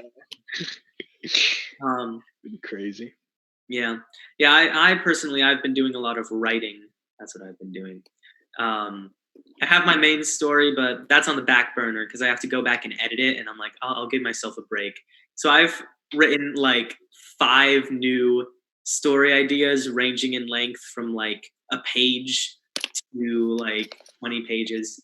So I have a ton of these little like beginnings that I might look back on 10 years from now and be like, yeah, sure, it's time. Like, now is the time for these stories. So, yeah. Is it in fact true that music does indeed make you lose control? I think that might be true. Jacob, you're our top correspondent on this issue. What say you? I think that even worse than if the virus were spread by a computer, if it were spread by music. Imagine that it would just seize control of the entire populace and become self-replicating, self-infecting. It would be absolutely horrific. And I can tell from experience, music does make you lose control. Could you imagine, like, you and your like family of survivors have like helicopter grade like earphones or whatever, and like from down the street you see like a mob of people shouting, "Music make you lose control," and they're like a march. Exactly. But have you guys ever seen like a musical? Like as soon as the music starts, the entire populace are just gone. They've lost it. That's totally, it's a zombie virus. That's crazy. Yeah. Anyway, so that's the slide. Should I go to the next slide? Yeah. Nice. Okay. Next section, economics, or as we in the business like to call it, stonks. So, interplanetary trade, interplanetary ideas. This is a big part of Eltham, of my book. The title isn't going to be Eltham. I don't know what the title's going to be, but that's that would be like every 90% of stories ever written being called Earth, right? Yeah. Like Les Mis is just titled France. Yeah, France. Les Mis is titled France. Great Expectations, Britain. Yeah. Oh my gosh! Like every movie in all the famous movies, America. Like the Gravity Max live stream is renamed to the Inter-Florida Connecticut live stream. Yeah, exactly. Yeah, exactly. The Great Gatsby, New York.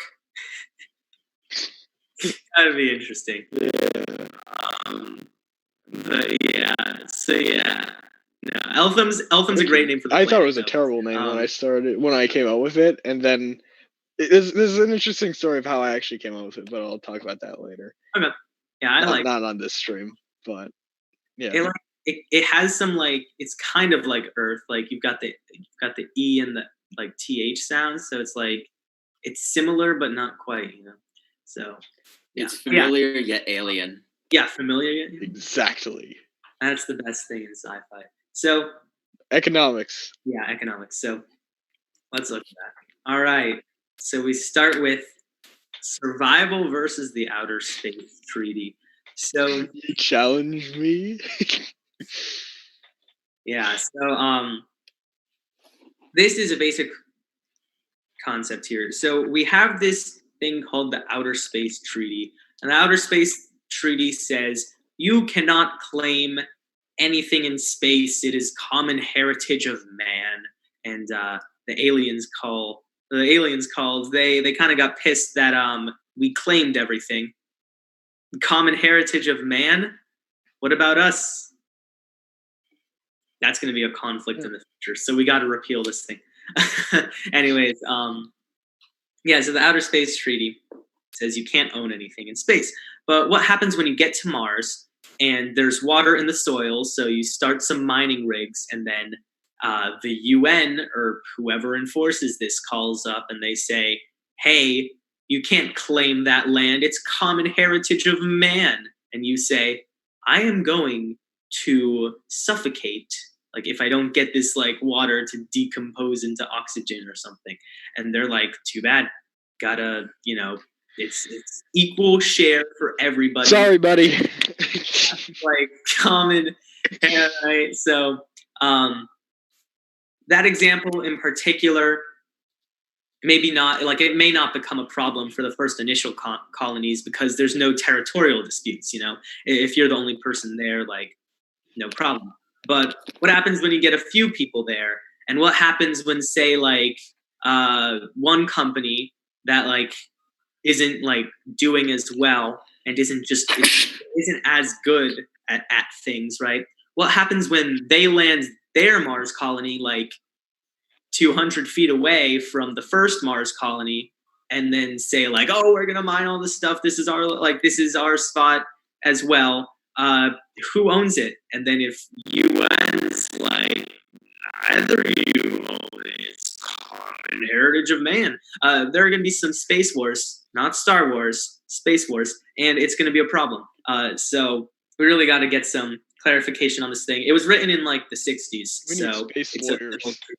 Space warriors. Oh my gosh.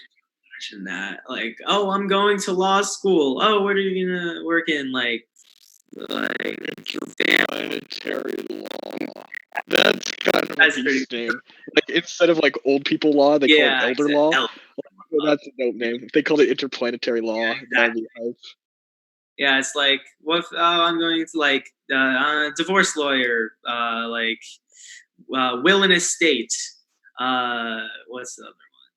There's like, just general prosecutor, and then interplanetary law. I help companies claim Mars. All of them could do something like that, and the divorce lawyer could be like, "Yes, I'm a marriage annihilation lawyer." Yeah, exactly. I'm a marriage dissolution. Yeah, they want to sound cooler. But so yeah, the Outer Space Treaty is kind of like it's old. The problem is, it made sense for people, going to space, tooling around for a bit, then coming home. But it doesn't make sense in the context of people going and living in space. It just doesn't make sense. So it needs to be fixed. Otherwise, we'll end up with some legal conflicts and no legal precedent to like base off of it. And you know what happens then? That's when you get all these like disputes. Well, there is another solution. There are two possible outcomes to this situation. First is space wars, where the two parties are in conflict over the resources. The next is quite possibly even worse, a red Mars with space communism, in which all resources are equally shared. And that's why we have the Space Force. Exactly. That is exactly why we have the Space Force, to fight those space commies. Because sure, it might be the red planet, but the Reds shall not take the planet. Exactly. Yeah. It's like, that's great. Anyways, we got chat, confusingly. Somebody named Stop It says H. That's H. That is ominous. Next time I see the letter H, am I gonna get like, what's a cause of death related to the letter H? Am I gonna get hypothermia? Hemorrhoids. Who knows? That is crazily ominous, but yeah. So I don't know. I feel like this is a warning. Like he was trying to issue a warning, and the rest of the message got cut off. Oh my gosh! He's like, what if it's trying to say help? But all he got was. Or are you saying hypersonic missile inbound? Who would it hit? Who would it hit? Would it hit me and Jacob, or would it hit you? Oh, that's true. It would probably hit New York. They'd take out New York first. Yeah. New York and DC. There's nothing in Florida. What are they gonna do? Take out Miami? Like, oh no! I'd do that. I'd do that for free. Miami University, you do that for free. Yeah. Like, what are they gonna take out in Tampa? Like. No, it just turns out that like one Russian dude was just like assaulted in Sarasota or something. Like someone threw a drink at him, and he's like, "Curse Sarasota." Exactly. Yeah. And he just has a vengeance. You missed the very real possibility that Florida decided to launch a hypersonic missile at itself. There was a map. There was a map over which states disliked each other the most, and you had like New Jersey disliking New York, and Florida disliked Florida the most. Yeah. Trust nobody, not even yourself. Yeah. Exactly. Yeah, exactly. Oh my god. I would like to see a follow-up comment. If that's the only thing Stop It says for this entire live stream, I'm going to be concerned for his or her well-being. The next thing he says is just E, and then L, and then P. If the next letter, if the next message is just an E, I know. Let's see. I'm gonna go. Maybe he just spread the techno virus to us. Oh my gosh, maybe he was like, help, but he couldn't get it through. How do I get to the? Anyways, yeah. So let's see. Do you guys have anything else on this? No, I definitely have more on the next thing, because the next thing is also part of my book. Oh, nice. Yeah. Yes, business models. So here we have two business models.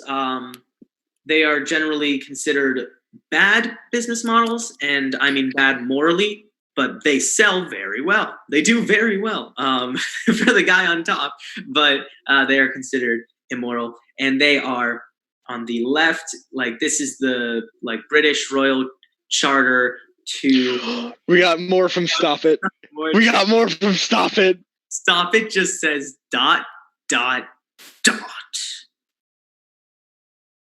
You're lagging. Uh-oh. Exactly. Yeah, they're buffering. Okay. I'm just gonna continue.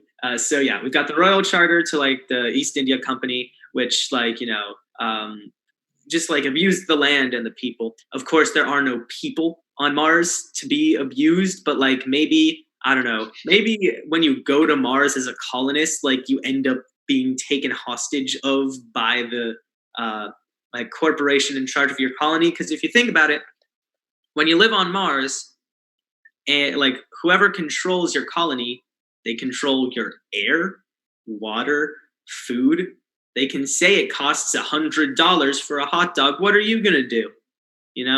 It's like the classic movie theater or like football game trick. They trap you in there. They're your only source of food, of basic nourishment. They're like $7 for a bottle of water, and you're like, why? I just want to live. So. And that would be a monopoly. Yeah, that's monopoly. That's totally. So that's when someone owns everything. But yeah, so these are possible business models that might form on Mars if we aren't careful about it. So that's why we really need a new treaty, not just because the old one is like obsolete and it might lead to some problems. It's more that the old one isn't specific enough, because they weren't considering space monopolies and like space like colonization and imperialism. They weren't considering that. They were just thinking. And it's also interesting because and you see this, and I always like tip my hat whenever I see this in a sci-fi movie or a book. One legend to another. Yeah. It's a lot of space travel is going to be through companies as well, because companies are going to see it as a booming industry after Elon is the pioneer. Yeah. And like you see a lot of like Chinese and Japanese ships are the most common things in sci-fi movies. And that's pretty accurate because there are a lot of companies coming out of China and Japan. But I take that a little further in my book, which I think is a decent prediction, like based in reality, where companies kind of have a lot more of a say because they were like the companies themselves are kind of the pioneers of different planets. So like on Eltham, companies got them like set up the transportation along with the aliens and stuff, but because they had such a hand in the actual sculpting of the society and infrastructure of the planet, they get way more of a sway in stuff like the government and like the free market and stuff like that. So yeah, I think there's going to have to be a lot of law put down ensuring that, and the next thing we're going to talk about is politics, ensuring that companies and politics don't go hand in hand. Yeah, it's interesting because like we always think a lot of sci-fi tropes, but like they have some truth to them. Is like the idea of like the evil space company, right? So I just like this terrifying thought popped into my mind.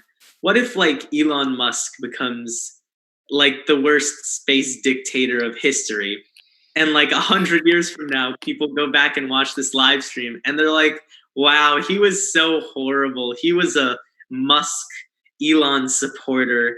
He's like, oh, this is so bad. Like, this is fallen out of favor." And like, people wear Occupy Mars shirts as like a hate symbol in like the year 2020, like 2120.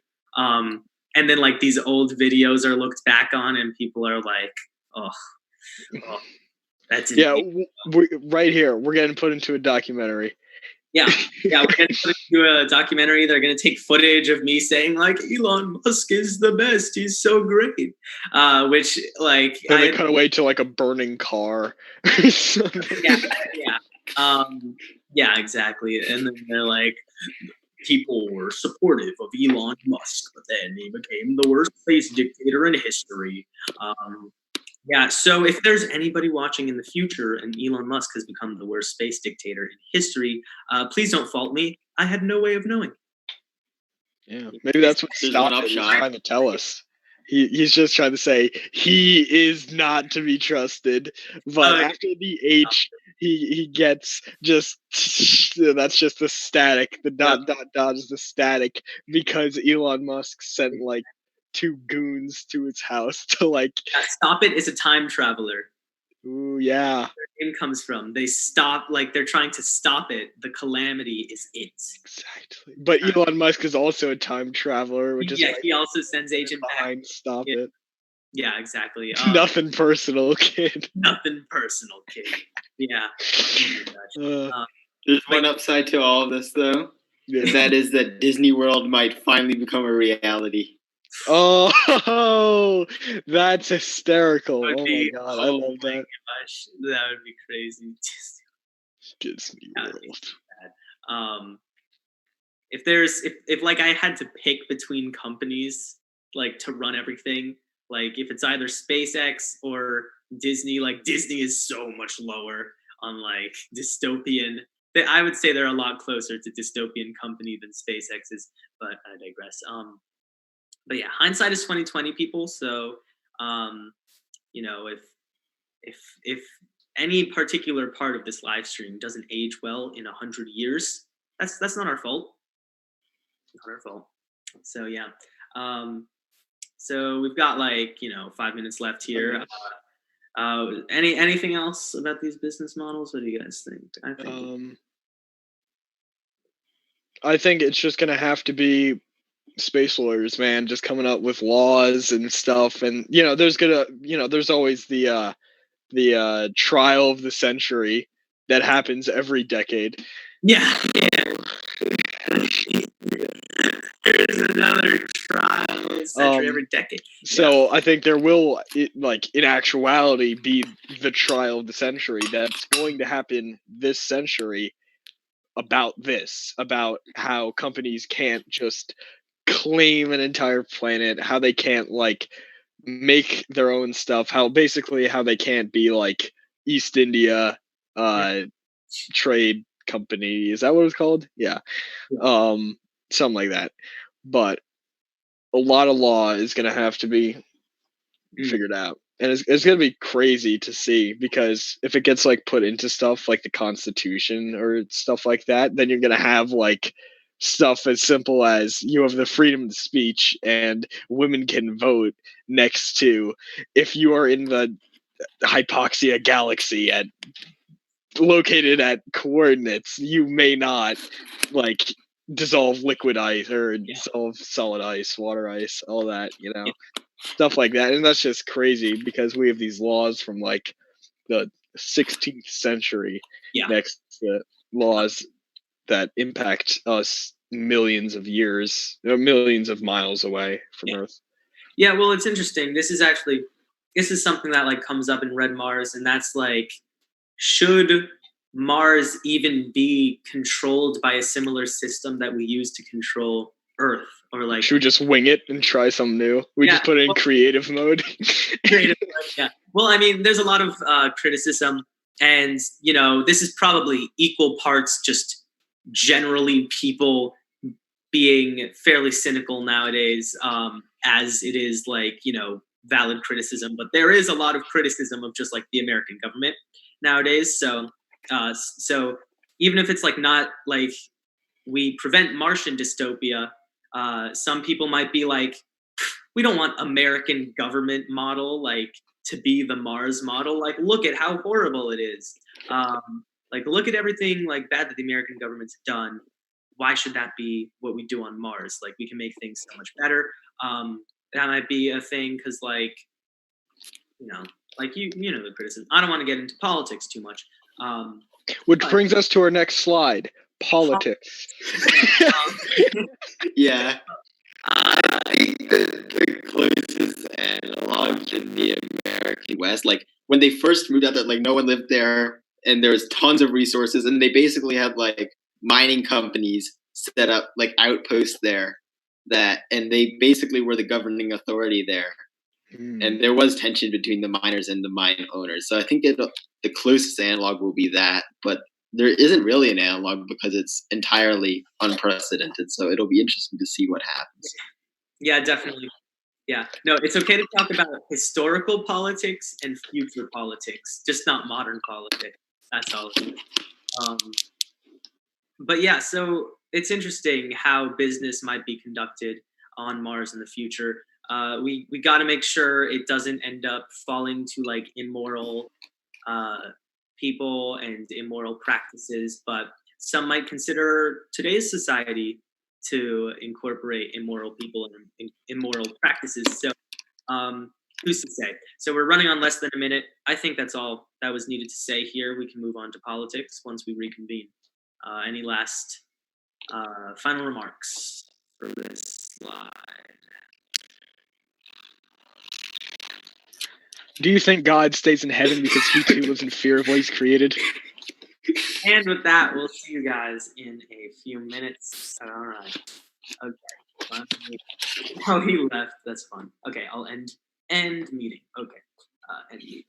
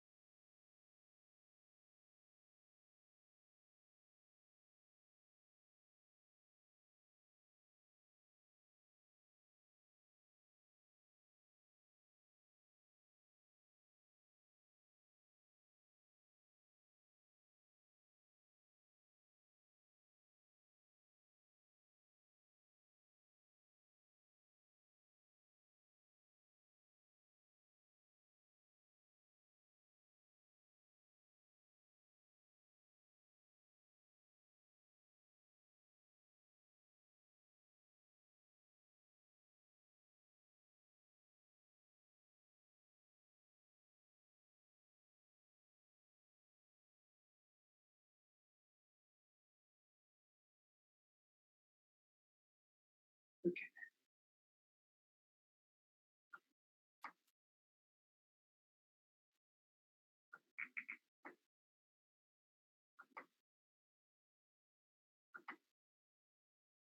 Great. Okay, everyone's back. Yeah, I think we're getting quick at this. I think we're getting good at or I am at least at like restarting these meetings, getting them back. Yeah. I'm quick timing these. That was probably like 1 minute turnaround. The things we do for you people. Anyways, okay, and bam, return slides. Okay, so yeah, let's get to politics. Great picture, courtesy of Jacob. Yeah. The Galactic Senate. I am the Senate. I love it. I love democracy. Yeah. Anyways, Yeah. So, politics in space will be different than politics on Earth. So, yeah. Okay. So, start with. Oh, and the image is loading. Oh, gosh. Countries in space. Okay. There we go. We have 2 slides here. One is countries in space, and the other is space countries. So we start with countries in space. And countries in space involves currently established countries on Earth, like the United States, Brazil, Australia, Libya, right? Countries like this. All of our viewers in Libya. Yeah. Yay.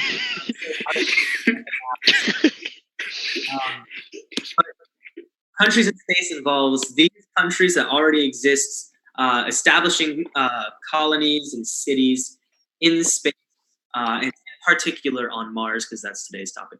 But yeah, so how will this be run? So this is like colonization, colonialism.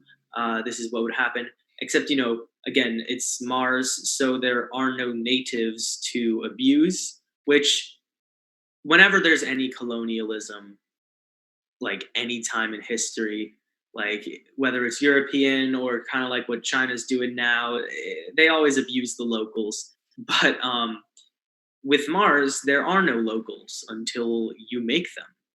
So that's an interesting like shift to the dynamic. So yeah, and it's just, again, it's kind of similar to the idea of companies owning your whole city, is a country owning your whole city, which is what goes on today. But what happens when your country controls your access to oxygen, just to air, or your country controls your access to food, water, they already kind of do, like here on Earth, but like it would be to an even greater degree on Mars. But it's especially so with the oxygen. Like, what if a certain totalitarian regime, I'm not going to name names, but what if they, punish dissenters by just turning off their oxygen? They could do it, and they probably make it look like an accident. They could say, "Oh, dissenter that was talking about how evil we are accidentally slipped and fell and ended up depressurizing their airlock, so they're dead. They're dead." Yeah, it's very unfortunate for the community. And then, all the other countries are like, "You killed them," and they're like, "Do you want us to stop sending you cheap goods?" Yeah, that's what I thought, right? So that's the essential premise here. Countries in space, that the potential for totalitarianism is so much worse in space, on Mars, because there's so much more that a government can control. Because life on Earth, like, when it comes down to it, it's our home planet. So, like, if you were dropped in the middle of the woods, right? I mean, most people wouldn't fare very well, just because, like, we've kind of, as humans, we've domesticated ourselves. But, like, if you want to go off the grid. That is a raw quote. Yeah. Us humans have domesticated ourselves. Yeah, that is just That is. If you want to become undomesticated, If you want to become feral. If you want to go absolutely rabid. Exactly. If you want to go rabid, you can learn some survival skills and head off to like Wyoming, where no one will notice you like in the middle of the woods because there's no one else. You mean Area 52? Area 52. Yeah, exactly. So yeah, on Earth, if you really want to, all you need is a bit of knowledge and like, some twine and like a knife and you're good. But if you want to go off the grid on Mars, you got to like build an entire like shelter. Like you got to build a huge base that is pressurized, has airlocks, is like won't leak, is capable of protecting you from radiation, and also to be off the grid.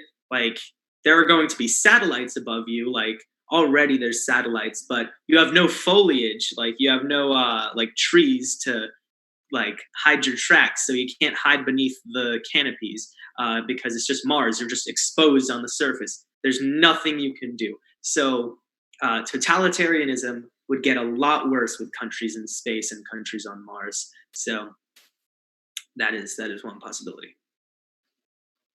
Nice. Yeah. And I don't like totalitarianism, so that was my rant.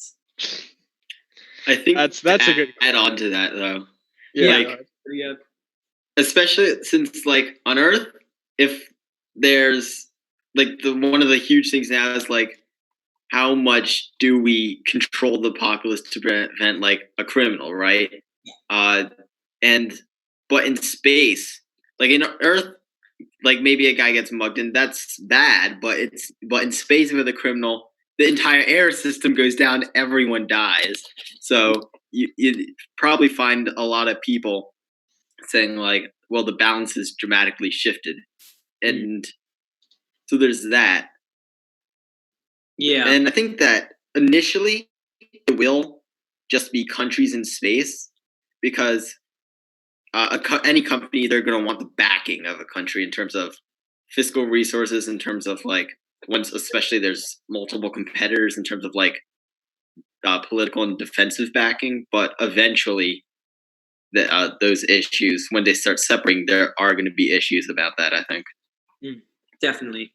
Yeah, companies might seek like the aid of countries, like say SpaceX will be like, hey, America, we'll generally establish American policies and give you guys like, first dibs in all the trading agreements if you agree to have your American military and your American Space Force back up our claim on Mars. That might be how claims are enforced, with the whole outer space treaty being like flaky and stuff. If that's never updated, it might just be like SpaceX says, we own this. And if any other country is like, no, you don't, then America can be like, do you want a military invasion, my friend?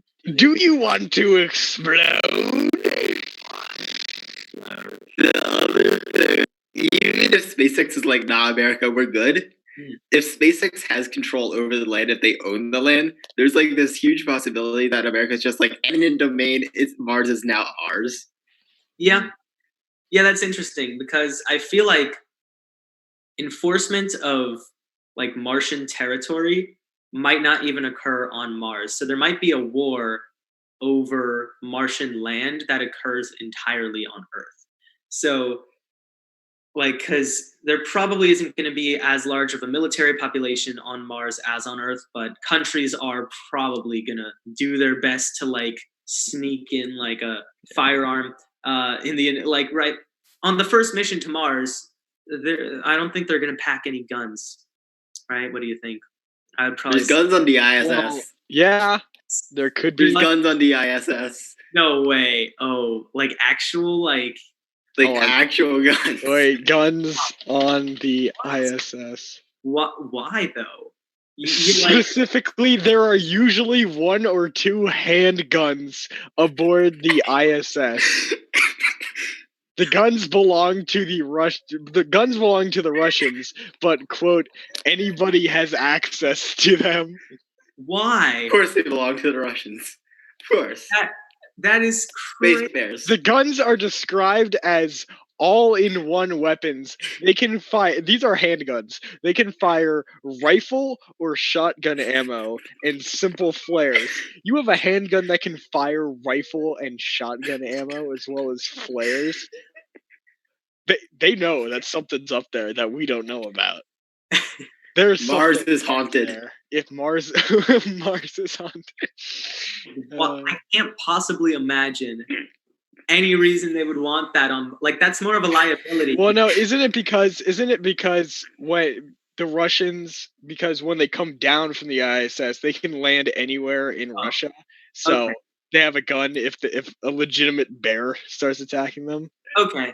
That makes some more sense. So they're not supposed to use it on. Wait. Here we go. From Gizmodo.com. Now it's sponsored. The ultimate list of weapons astronauts have carried into orbit.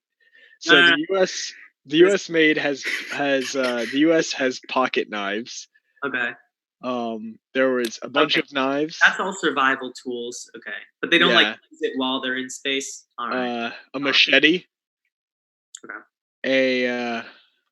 A golf club. Oh yeah, the golf club. The guy when he did that, Alan Shepard. That's a great video. They had dinner flatware, so knives for eating. A Swiss Army knife. And then we ramp up just a slight bit from these pocket knives. We get the TP-82 or a Soviet machete gun. Machete gun, not machine gun, machete gun. Those two words did not need to be combined. Soviet laser pistols. Laser pistol. Oh gosh. A crowbar. Oh. A meat cleaver. Cleaver. Some power tools. The Russian machete, which is different than an American machete. The Makarov pistol. Oh gosh. And a squirt gun. Oh gosh, that is hilarious. So yeah, okay, this makes sense for survival skills, right? I imagine they're not allowed to like even take it out of its case probably while they're on board because the safety's off, right?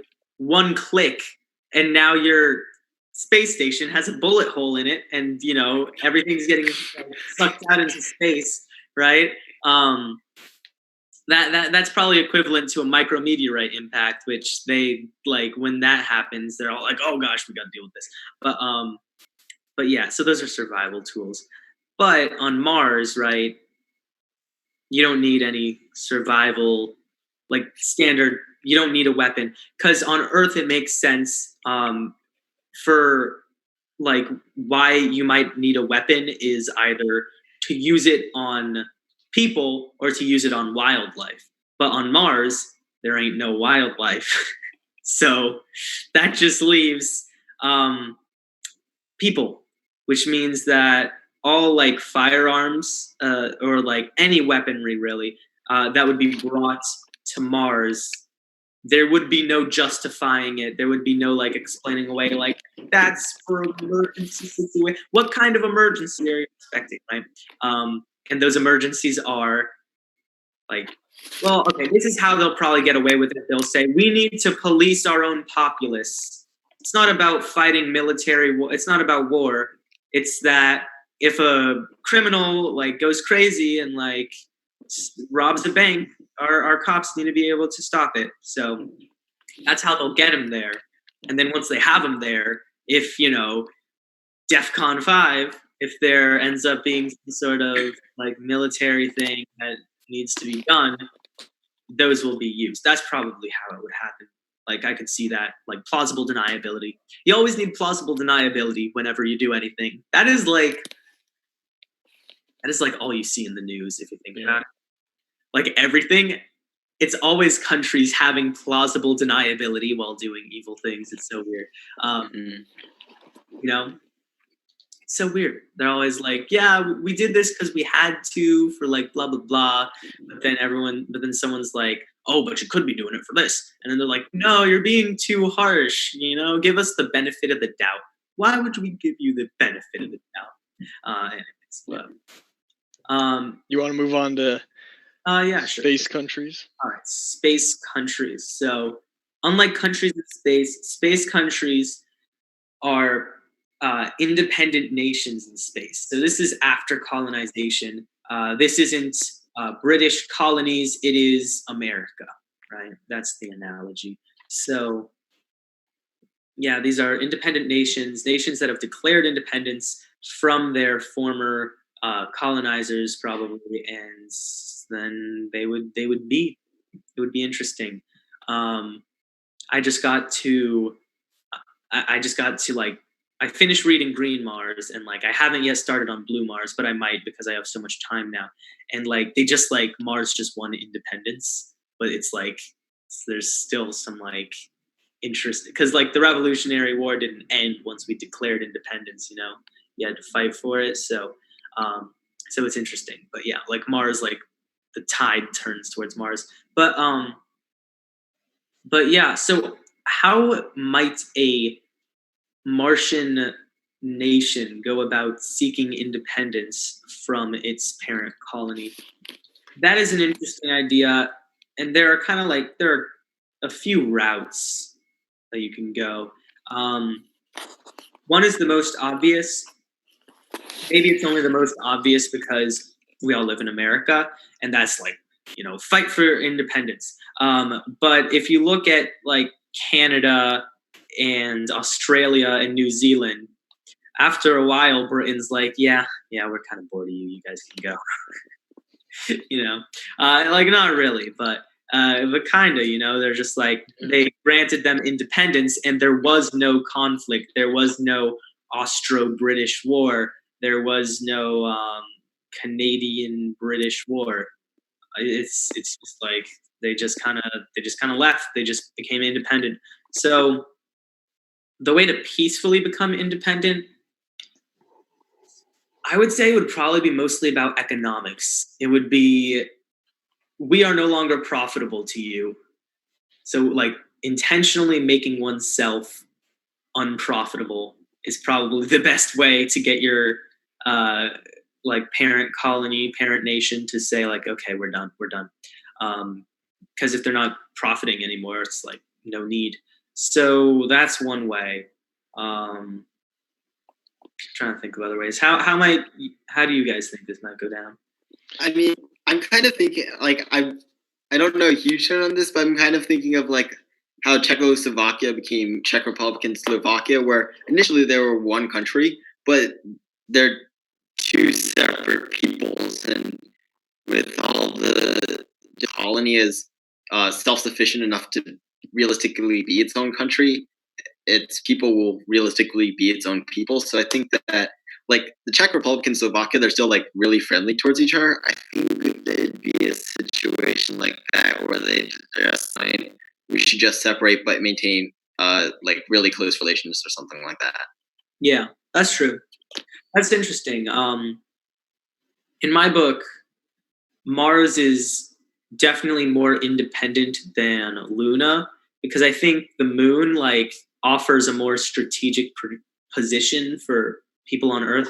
But when you think about it, Mars doesn't actually offer much. Like if you really think about it, like what do you really gain from having an position? Because it can be used as a port to other places. But like also just sitting there, empty void can be used as a port.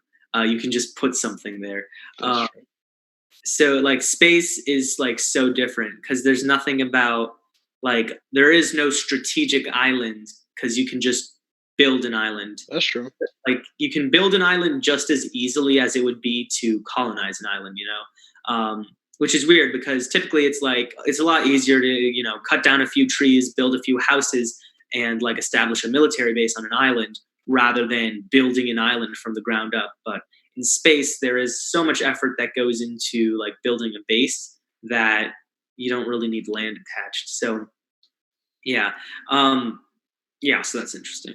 That's kind of what I think. I think Mars, this is why I think, I don't know about like Mars colonization. It's kind of uncertain. In my book, Mars colonization, it technically occurs first, but it occurs much slower than lunar colonization. Like what happens is Martian colonization starts in 2024, but it goes very slowly and peacefully, whereas lunar colonization starts in 2028, and it's like a decades-long space race. So, yeah, I just feel like Mars isn't as valuable of a place, to hold on to. I feel like either it's going to be like a mining nation where that's like their main export or something, and that's why it's being held on to, or it's just going to be Earth's overpopulated, and people need living space, so they move to Mars. Yeah. Yeah, it would probably be like overpopulation is probably its most valuable asset. Because here's the thing about mining that's difficult is that Mars has a small gravity well, but you know what has a smaller gravity well? And that is an asteroid. An asteroid has practically zero gravity well. And, they're just floating around, thousands of them, millions of them, just for free. So it's kind of like it might be more profitable to just buy up a ton of asteroid claims, haul them near to Earth, mine them out in Earth orbit, and then take the materials down to the ground.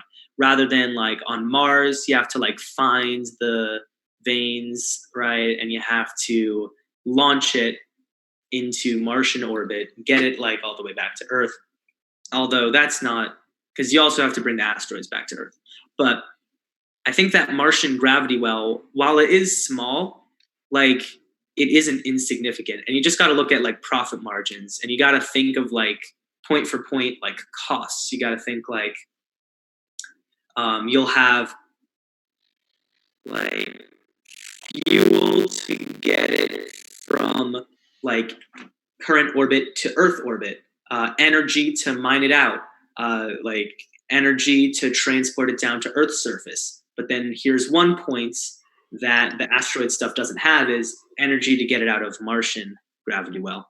So I think Mars's main export will be like culture and information and technology. Mm-hmm. So you got a ton of like scientists on Mars, because if you think about it, like the astronauts, usually pretty bright people, right? Typically, not to make any generalized, right? I would say they're pretty smart. Yeah, exactly.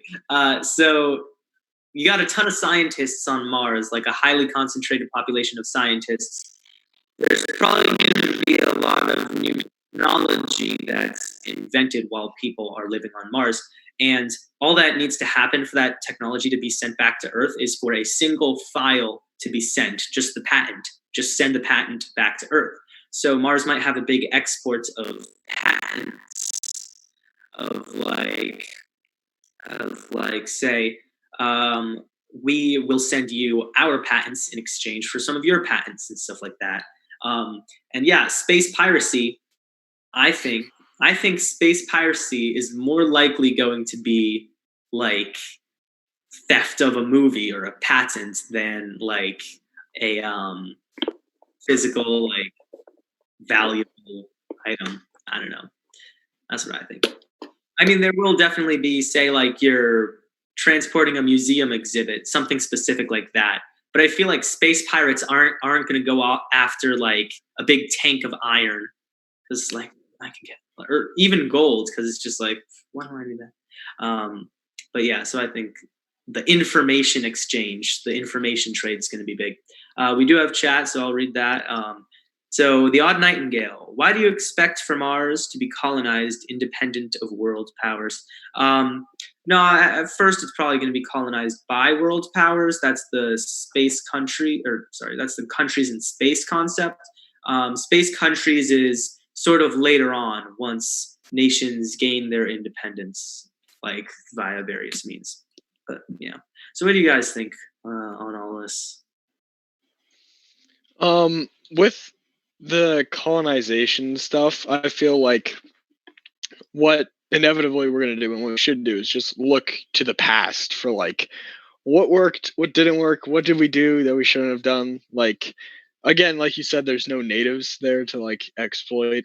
Not that we would want to exploit the natives, but it's that's been done a lot. Yeah. But like you were saying, it doesn't have like crops like yet. It's really just a ball of rust is what it is. So it's up to countries to colonize it, to put plants down, to establish like boundary lines. So inevitably, what I think is going to happen is it's like the only people with the resources to do that are obviously the global superpowers. So, and this is it's shown in your book as well. Like right now, the three strongest countries in the world: the U.S., Russia, and China. If that trend continues, if like Russia doesn't have another revolution and like people don't riot against China, then Mars could just be split into three: USA, Russia, China. Now it probably won't be that, but those are going to be the three major shareholders in on Mars. Yeah, might see like conglomerates. Yeah, exactly. It might be on space agencies because because of the European Union, right? So this is interesting. Europe is very much like not one country, because there are different languages spoken, different cultures. But within the EU, there is like the no border restrictions. Typically, I think they do have border restrictions now just because of events, right? But typically they're like kind of like open borders and they all have the same currency. And another aspect that's interesting is that there is no French space agency or German space agency. It's the European Space Agency. Yeah. ESA. You might have seen that. ESA. ESA. You might see there's like an orbiter every once in a while from ESA. So Europe, if like they're acting through their space agencies, you might not see like French territorial claims and German territorial claims. You might just see European territorial claims because they're all operating under one space agency. And, that's interesting. And then like, maybe the US makes some like trade agreements where they allow other countries to like rope themselves into the whole NASA thing. So like, yeah, who knows? Future is uncertain. Yeah, if my prediction is that if this by that time Europe might have just like become more united in some sense, like at least a confederacy of some sorts. But if the current situation of just a United Space agency continues, I think that they would probably be the first to gain independence, and they'd probably have status as like a member state. Way. That's an interesting possibility. Yeah, they just become a member state of the EU. Mm-hmm. That's interesting. On the other hand, there is also like France owns some islands in like the Pacific still somehow. True. That's technically part of the EU, but it's also technically part of France. But yeah, who knows how that might end up. Be complicated. And then again, the European Union might like fracture, and then it might be a new union by the time it's space colonizing. Because like with Brexit, they say that it might like spur on some other countries to leave, which that would be. I think it's like if one more superpower like leaves from the EU, it's going to collapse or something like that. Like it's a tenuous union right now. Like they're on the brink because of Britain. And I mean, like Scotland wants to leave from Scotland. Britain as well. So Scottish it's entirely possible. It's entirely possible that in however many years, when there would be space countries, that the borders are just completely redrawn. If you look 200 years ago or something, like half the countries that existed, they didn't exist. So yeah. That's weird. I think that's good for space countries. Yeah, that's all I have to say there. All right. Next topic: society. Society. All right. So we're going to talk about space society and what space society is. We do not yet live in a space society. Not yet. We don't live in a society. Could you imagine? You're the only person on Mars. That's the only way. Only a true gamer finally escapes society by becoming the only person on Mars. Yeah. Anyways. So the internet, how might the internet be in space? And we've got some jokes here.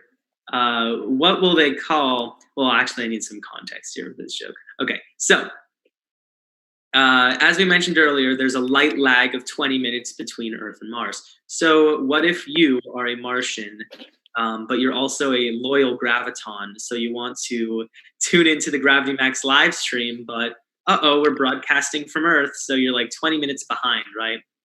That would be a little rough. Any comment that you make in the chat it would get back to the Earth servers like 40 minutes later, and you would be like, haha, I really liked that joke about radiation, and then we're just like, we've moved on from that. Right? Wait, how long does it take? 20 minutes? Well, it depends. It's like at closest approach, it's just like 4 minutes there, 4 minutes back. At longest, it's 24 and 24. So it's really it's based on the season. But that average time transmitting and receiving is shorter than one Zoom call. So they could catch us in the same Zoom call. That is true. What's Zoom call? Zoom Premium.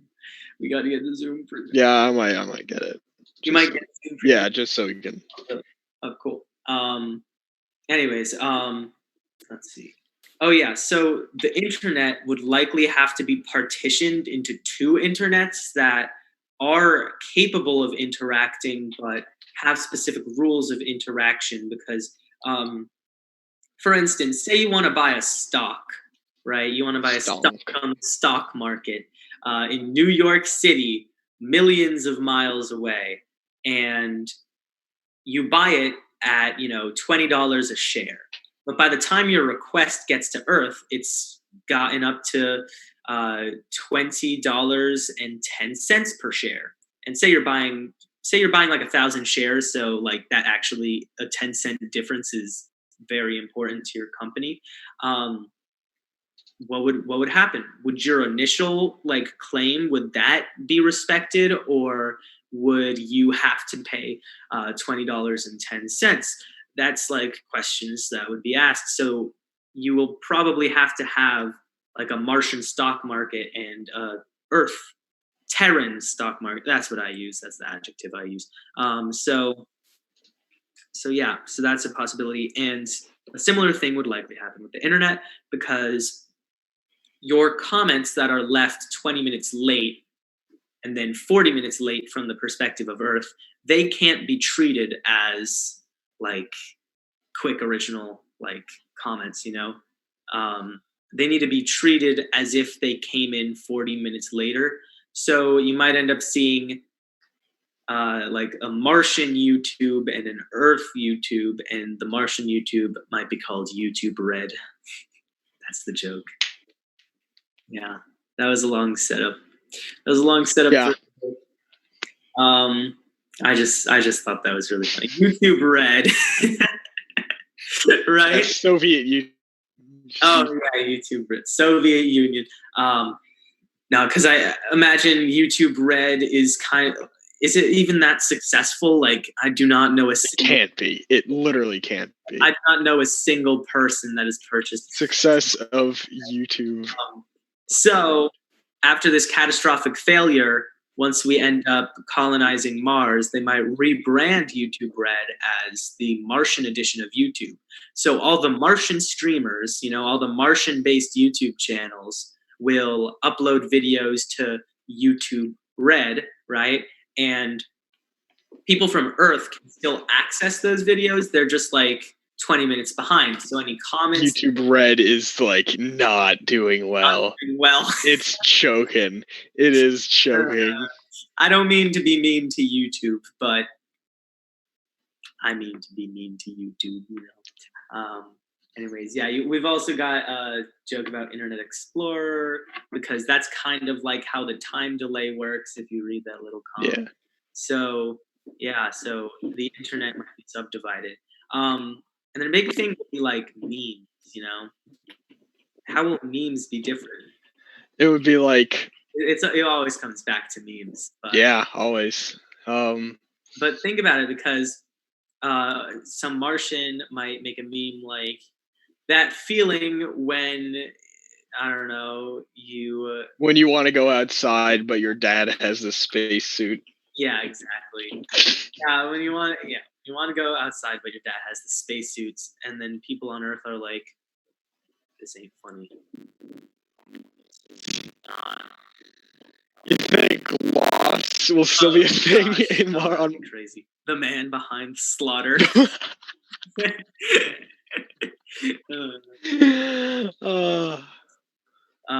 Yeah, so memes would be different just based on situations, you know. Yeah, like the culture wouldn't be unified. Right now, the internet, at least on the internet, there's kind of a global unified culture, you know, at least in countries with free internet. Because European memes are like the same as American memes, you know, like wherever you are, if you're in Australia, like we're all looking at the same memes in the developed world, you know. But with Earth and Mars, that isn't going to hold up. So people in like equally developed societies will end up having very different cultures just because of the physical separation that results in time lag, light lag. Yeah. So that's what I think. Yeah, the internet, it's fun. It's gonna have to be in Eltham. They just call it the net be trendy, but yeah, no, that is how it is. Because Eltham and Earth have completely different nets, which is like on Earth, it's the World Wide Web. On Eltham, it's the net. You know, and there's obviously communication between the two. But basically you have to have like big bucks in order to rent a server or even like own a server that converses, because like there are people that own satellites, you know, in Eltham, because a lot of it is corporatocracy stuff and all that. So like the CEO of companies, well, like the CEO of a company, not the CEO of companies, aka Walt Disney. CEO of companies. Yeah, Walt Disney is the CEO of companies. Exactly. But they can just have a satellite, you know. But obviously not everyone can. Yeah, it's interesting. Like you can't play video games in any sort of capacity with your Martian friends, other than like a very slow turn-based video game. Chess. A chess game would probably take like a week if both kind of equally matched at chess.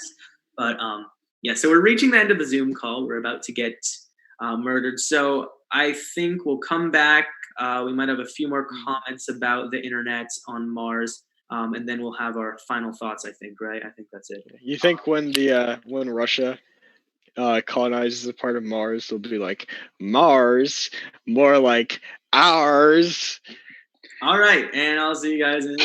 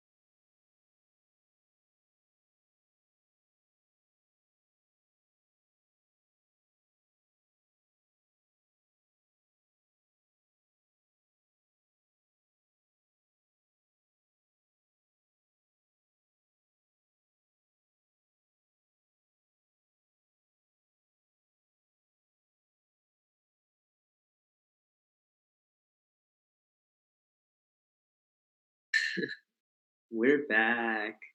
Okay, just waiting on Jacob. And then we can start again.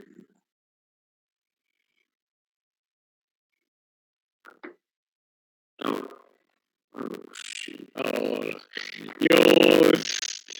you almost got him. You almost. You gotta be quicker than that. All right. Yeah. Oh my god. Yep. Very funny.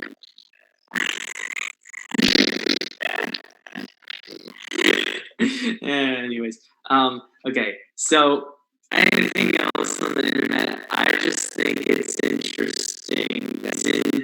I mean, it kind of still is in certain respects, but to a very large degree, we aren't isolated based on location.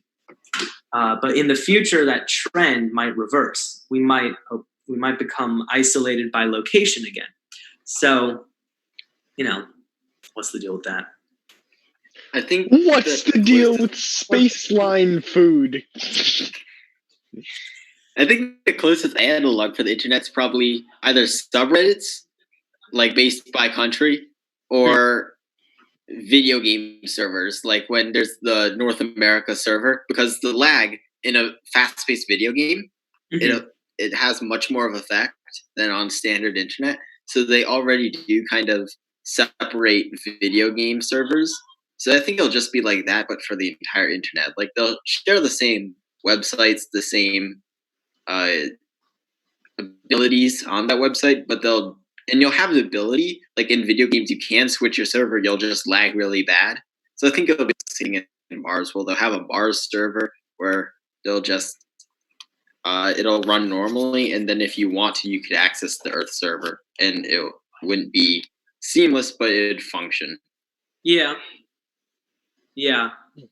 It's interesting because theoretically, if you call someone in Australia, right, you should be on like a 1/10 of a second time delay with them. Actually, I'm going to do the calculations for us. We're like 1,500 miles apart. Because of the speed. What was the distance? 1,500 miles. Was that it? I'll go with 2,000 kilometers because I like kilometers. 300, 1, 2, 3 kilometers a second. Yeah, no, it's 1,180. Oh, okay. Overestimate. Anyway. From you to New York.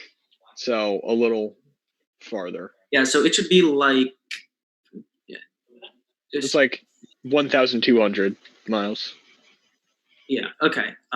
So yeah, just by speed. Okay, so yeah, the theoretical light lag between our two locations should be about 7 milliseconds. Do you notice it? I don't notice it. I don't notice it. I think I notice it, yeah. Yeah, if we tried to say something at the exact same time, then maybe we would notice it.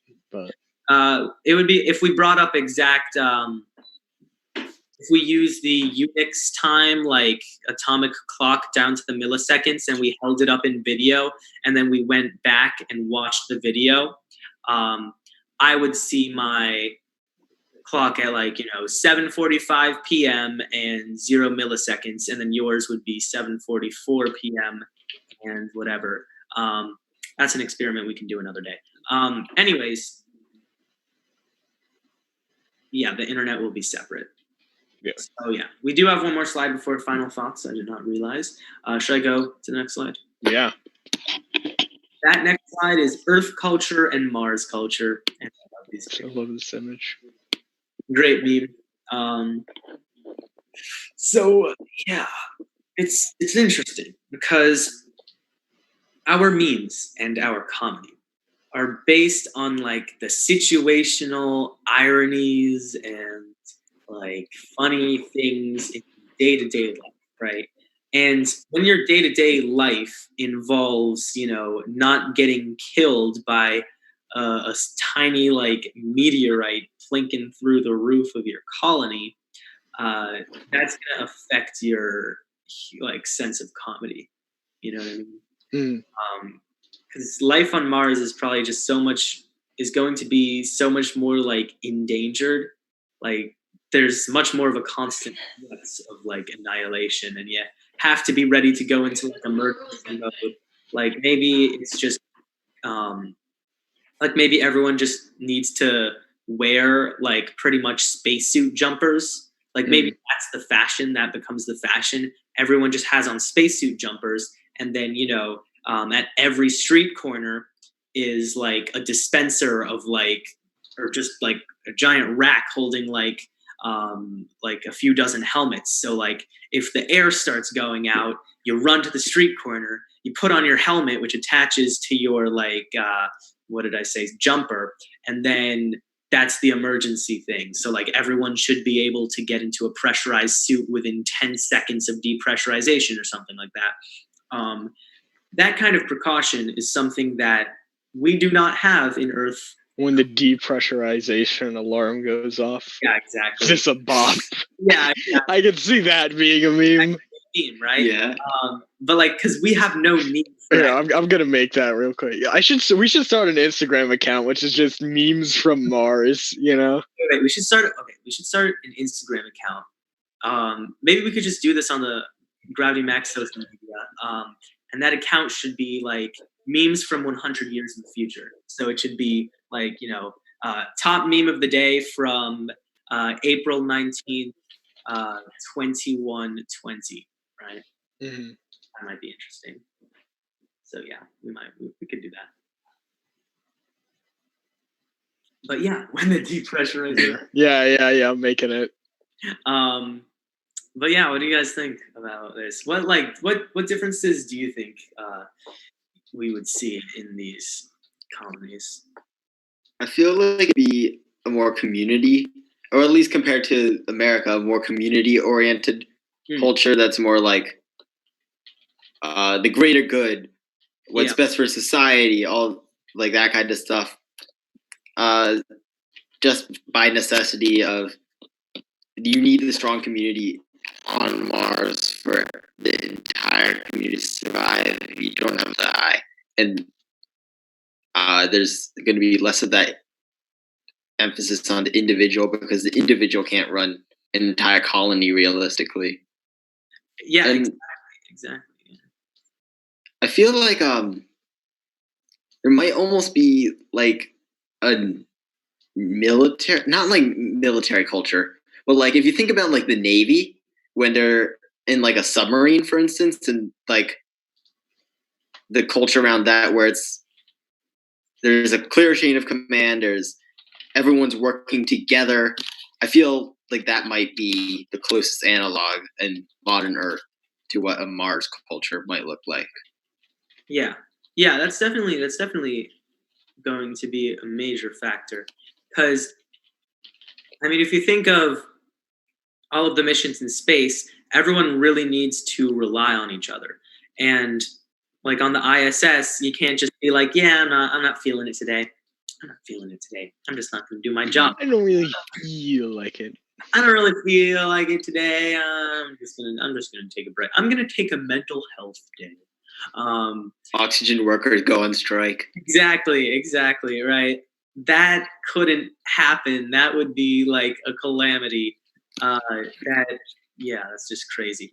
Because even once you move past these initial missions where like every person is like instrumental, right? Even once you get to like larger societies, there are still like things about the common good and the natural human like desire towards selfishness versus the fact that like, okay, if you guys keep stealing the like publicly available emergency helmets, then we're gonna have to like lock them up and then people won't be able to get them in the event of an actual emergency. So could you like stop doing that? Yeah. I put the meme on the next slide. Nice. Okay. If you hit presenting, yeah.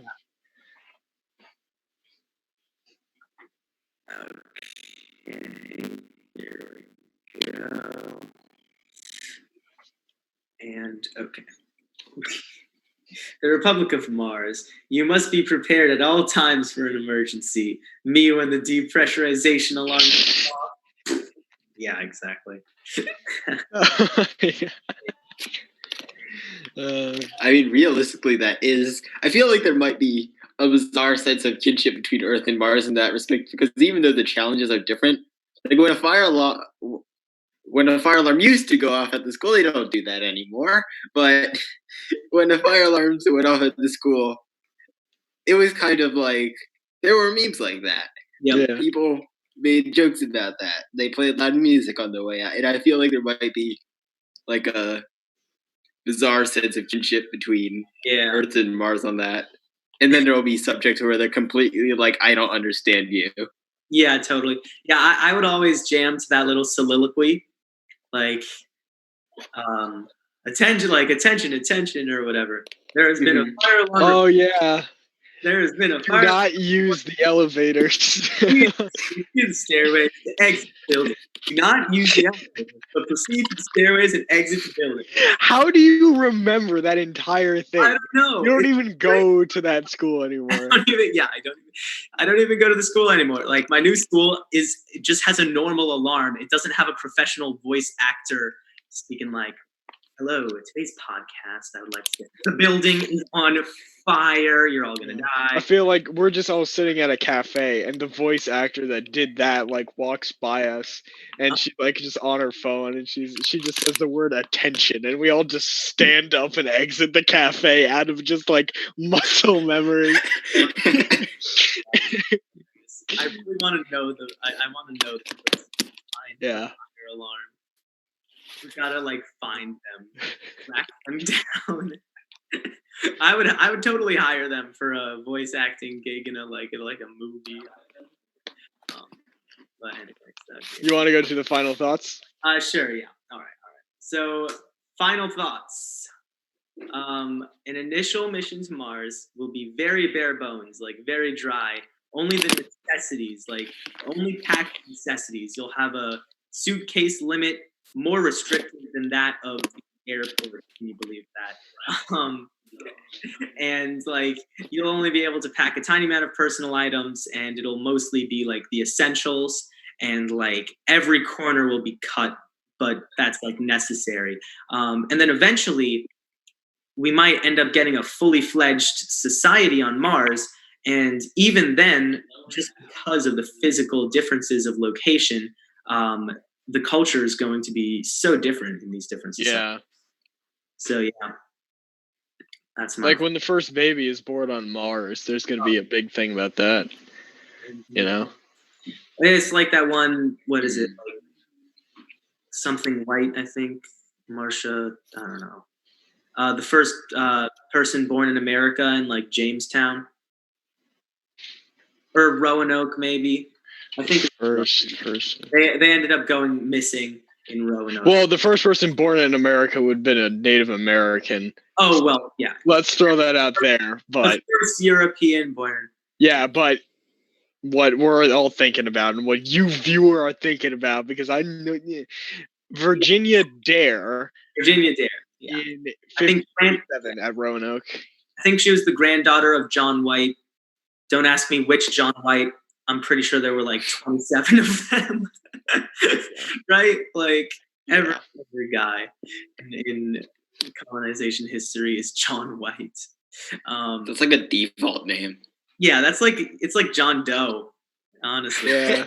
It's one step away. Imagine your name was actually John Doe, and like every time you gave your name, people would be like, "Oh, funny guy." You're just like, my middle name is like anonymous or something. Exactly. No, it's like when your favorite website doxes your email by saying example johndoe@gmail.com. Right? Like, hey, could you not actual email? I kind of want to email that email. I want to know who sent that email. But anyways, yeah. What were we talking about? Oh yeah, the first born on Mars. Yeah. That will be a crazy thing, because there's only like 11 people who've been born in Antarctica. It's an exclusive club. It's more exclusive than the club of people who have been on the moon. 12 people have been on the moon. Only 11 people were born in Antarctica. Could you imagine that? You could say, I am a native Antarctican. That's like crazy. Dang. Yeah, damn. What's the flag of Antarctica? There's no flag. When people are finally born on Mars, though, then Mars will finally need moms, as they predicted way back. Yep. Oh my god, dude! That is such a buried memory. Yeah, I know. Oh my god, dude! I don't even. Yeah. Wow. We just unearthed memories here, or rather, on Mars dude, them. that is a deep memory. Yep. Oh my gosh, that's great. Yeah. So, yeah. Also, we have one more slide after this. I kind of want to show it, just because I remember we didn't take it out. Sure. I present to you Ronald Reagan. Ronald Reagan. It's part of my concepts I've been working on. It's like a post-apocalyptic America, and like the presidents have become like legends passed down by generations. So this is Ronald Reagan. Yeah, unfortunately, the guy who was like the American history teacher who survived the apocalypse had a speech impediment or something. Yeah, no. His language tends to like erode over the years. It's kind of like a fine limestone. Yeah, I just picked limestone. But like, wine is the go-to, but limestone. I know it's a fine wine, but it doesn't erode. So I was That's like, true. I was like a fine, and I'm like, okay, I can't say wine because that will make zero sense. At least I can salvage it and make like 25% sense by saying like limestone. So yeah. What is a fine limestone? Fine limestone. I was in a cave once, and I saw some pretty fine limestone. Fine limestone. That's how I met Zach. Oh my gosh. Well, anyway, so this has been fun. Second live webcam. If you don't count aliens or the other one. Oh yeah. Well, those were like in person. These are just like this is Gravity Max Homeschool Edition. So yeah, we use the same program that brings you your like chemistry class. Isn't that great? But yeah, this is a fun episode. Yeah, this is great. Didn't get a lot of chat this episode, other than the worrying message from Stop It. That hasn't been concluded. That is still an open question. Next episode, he all he types is E. I don't know how I will be able to handle that. Like, I will start sweating bullets, you know? I will be afraid, okay? If Stop It, stop it. He's like, it's up to you to stop it. I don't even know. Dude. I don't know how to track people online. That's not one of my skills. Or it actually is hypersonic missile inbound. Yeah. And he's trying to warn us. Yeah. No, yeah, I'm not like one of those movie hackers that just like we know his initials were like MR, and he lives somewhere in the southeast United States, and then 5 seconds later, found him. Yeah, they're just like, I've got him. Ladies and gentlemen, we got him. Yeah. We have him. Yep. But anyways, yeah, I would like to thank you two for being here. Thank you, Jacob, for coming on the stream. Hi, thanks for having me. Yeah, this was great. I like this stream. This is one of my more favorite, the better ones. Yeah, the audio issues were weird at the beginning. Oh. Hypersonic missile inbound! I like this stream. I like this one. Yeah. This is definitely it's like that meme. Yeah. Endgame. I like him. we'll make some futuristic memes for the social media. Yeah. We'll start by posting that one just to see if there are any just to get people reading. Then we'll come up with some new ones. But yeah, that's yeah. Thank you guys both for being here, and to anyone watching or rewatching it in the future, thanks for watching. And to anyone rewatching in the far future that is gonna end up taking everything we say out of context and like criticizing us for being like uneducated, like, oh, the simpler times, unsophisticated. Get off your high horse. That's what I have to say. And then take your horse to rehab. Yeah, exactly. Like, what? Horses, dude, horses don't exist anymore. Max. Yep. Your idea about the V from the future, that reminded me, don't you have like a counterpart, like MX 3017 or something from the future? That was a fictional character for a video where I did a video. Oh, that's unfortunate. Whoa! You just have some robot clone from the future, and you didn't tell me? Now, you remember the video I did on like time travel paradoxes?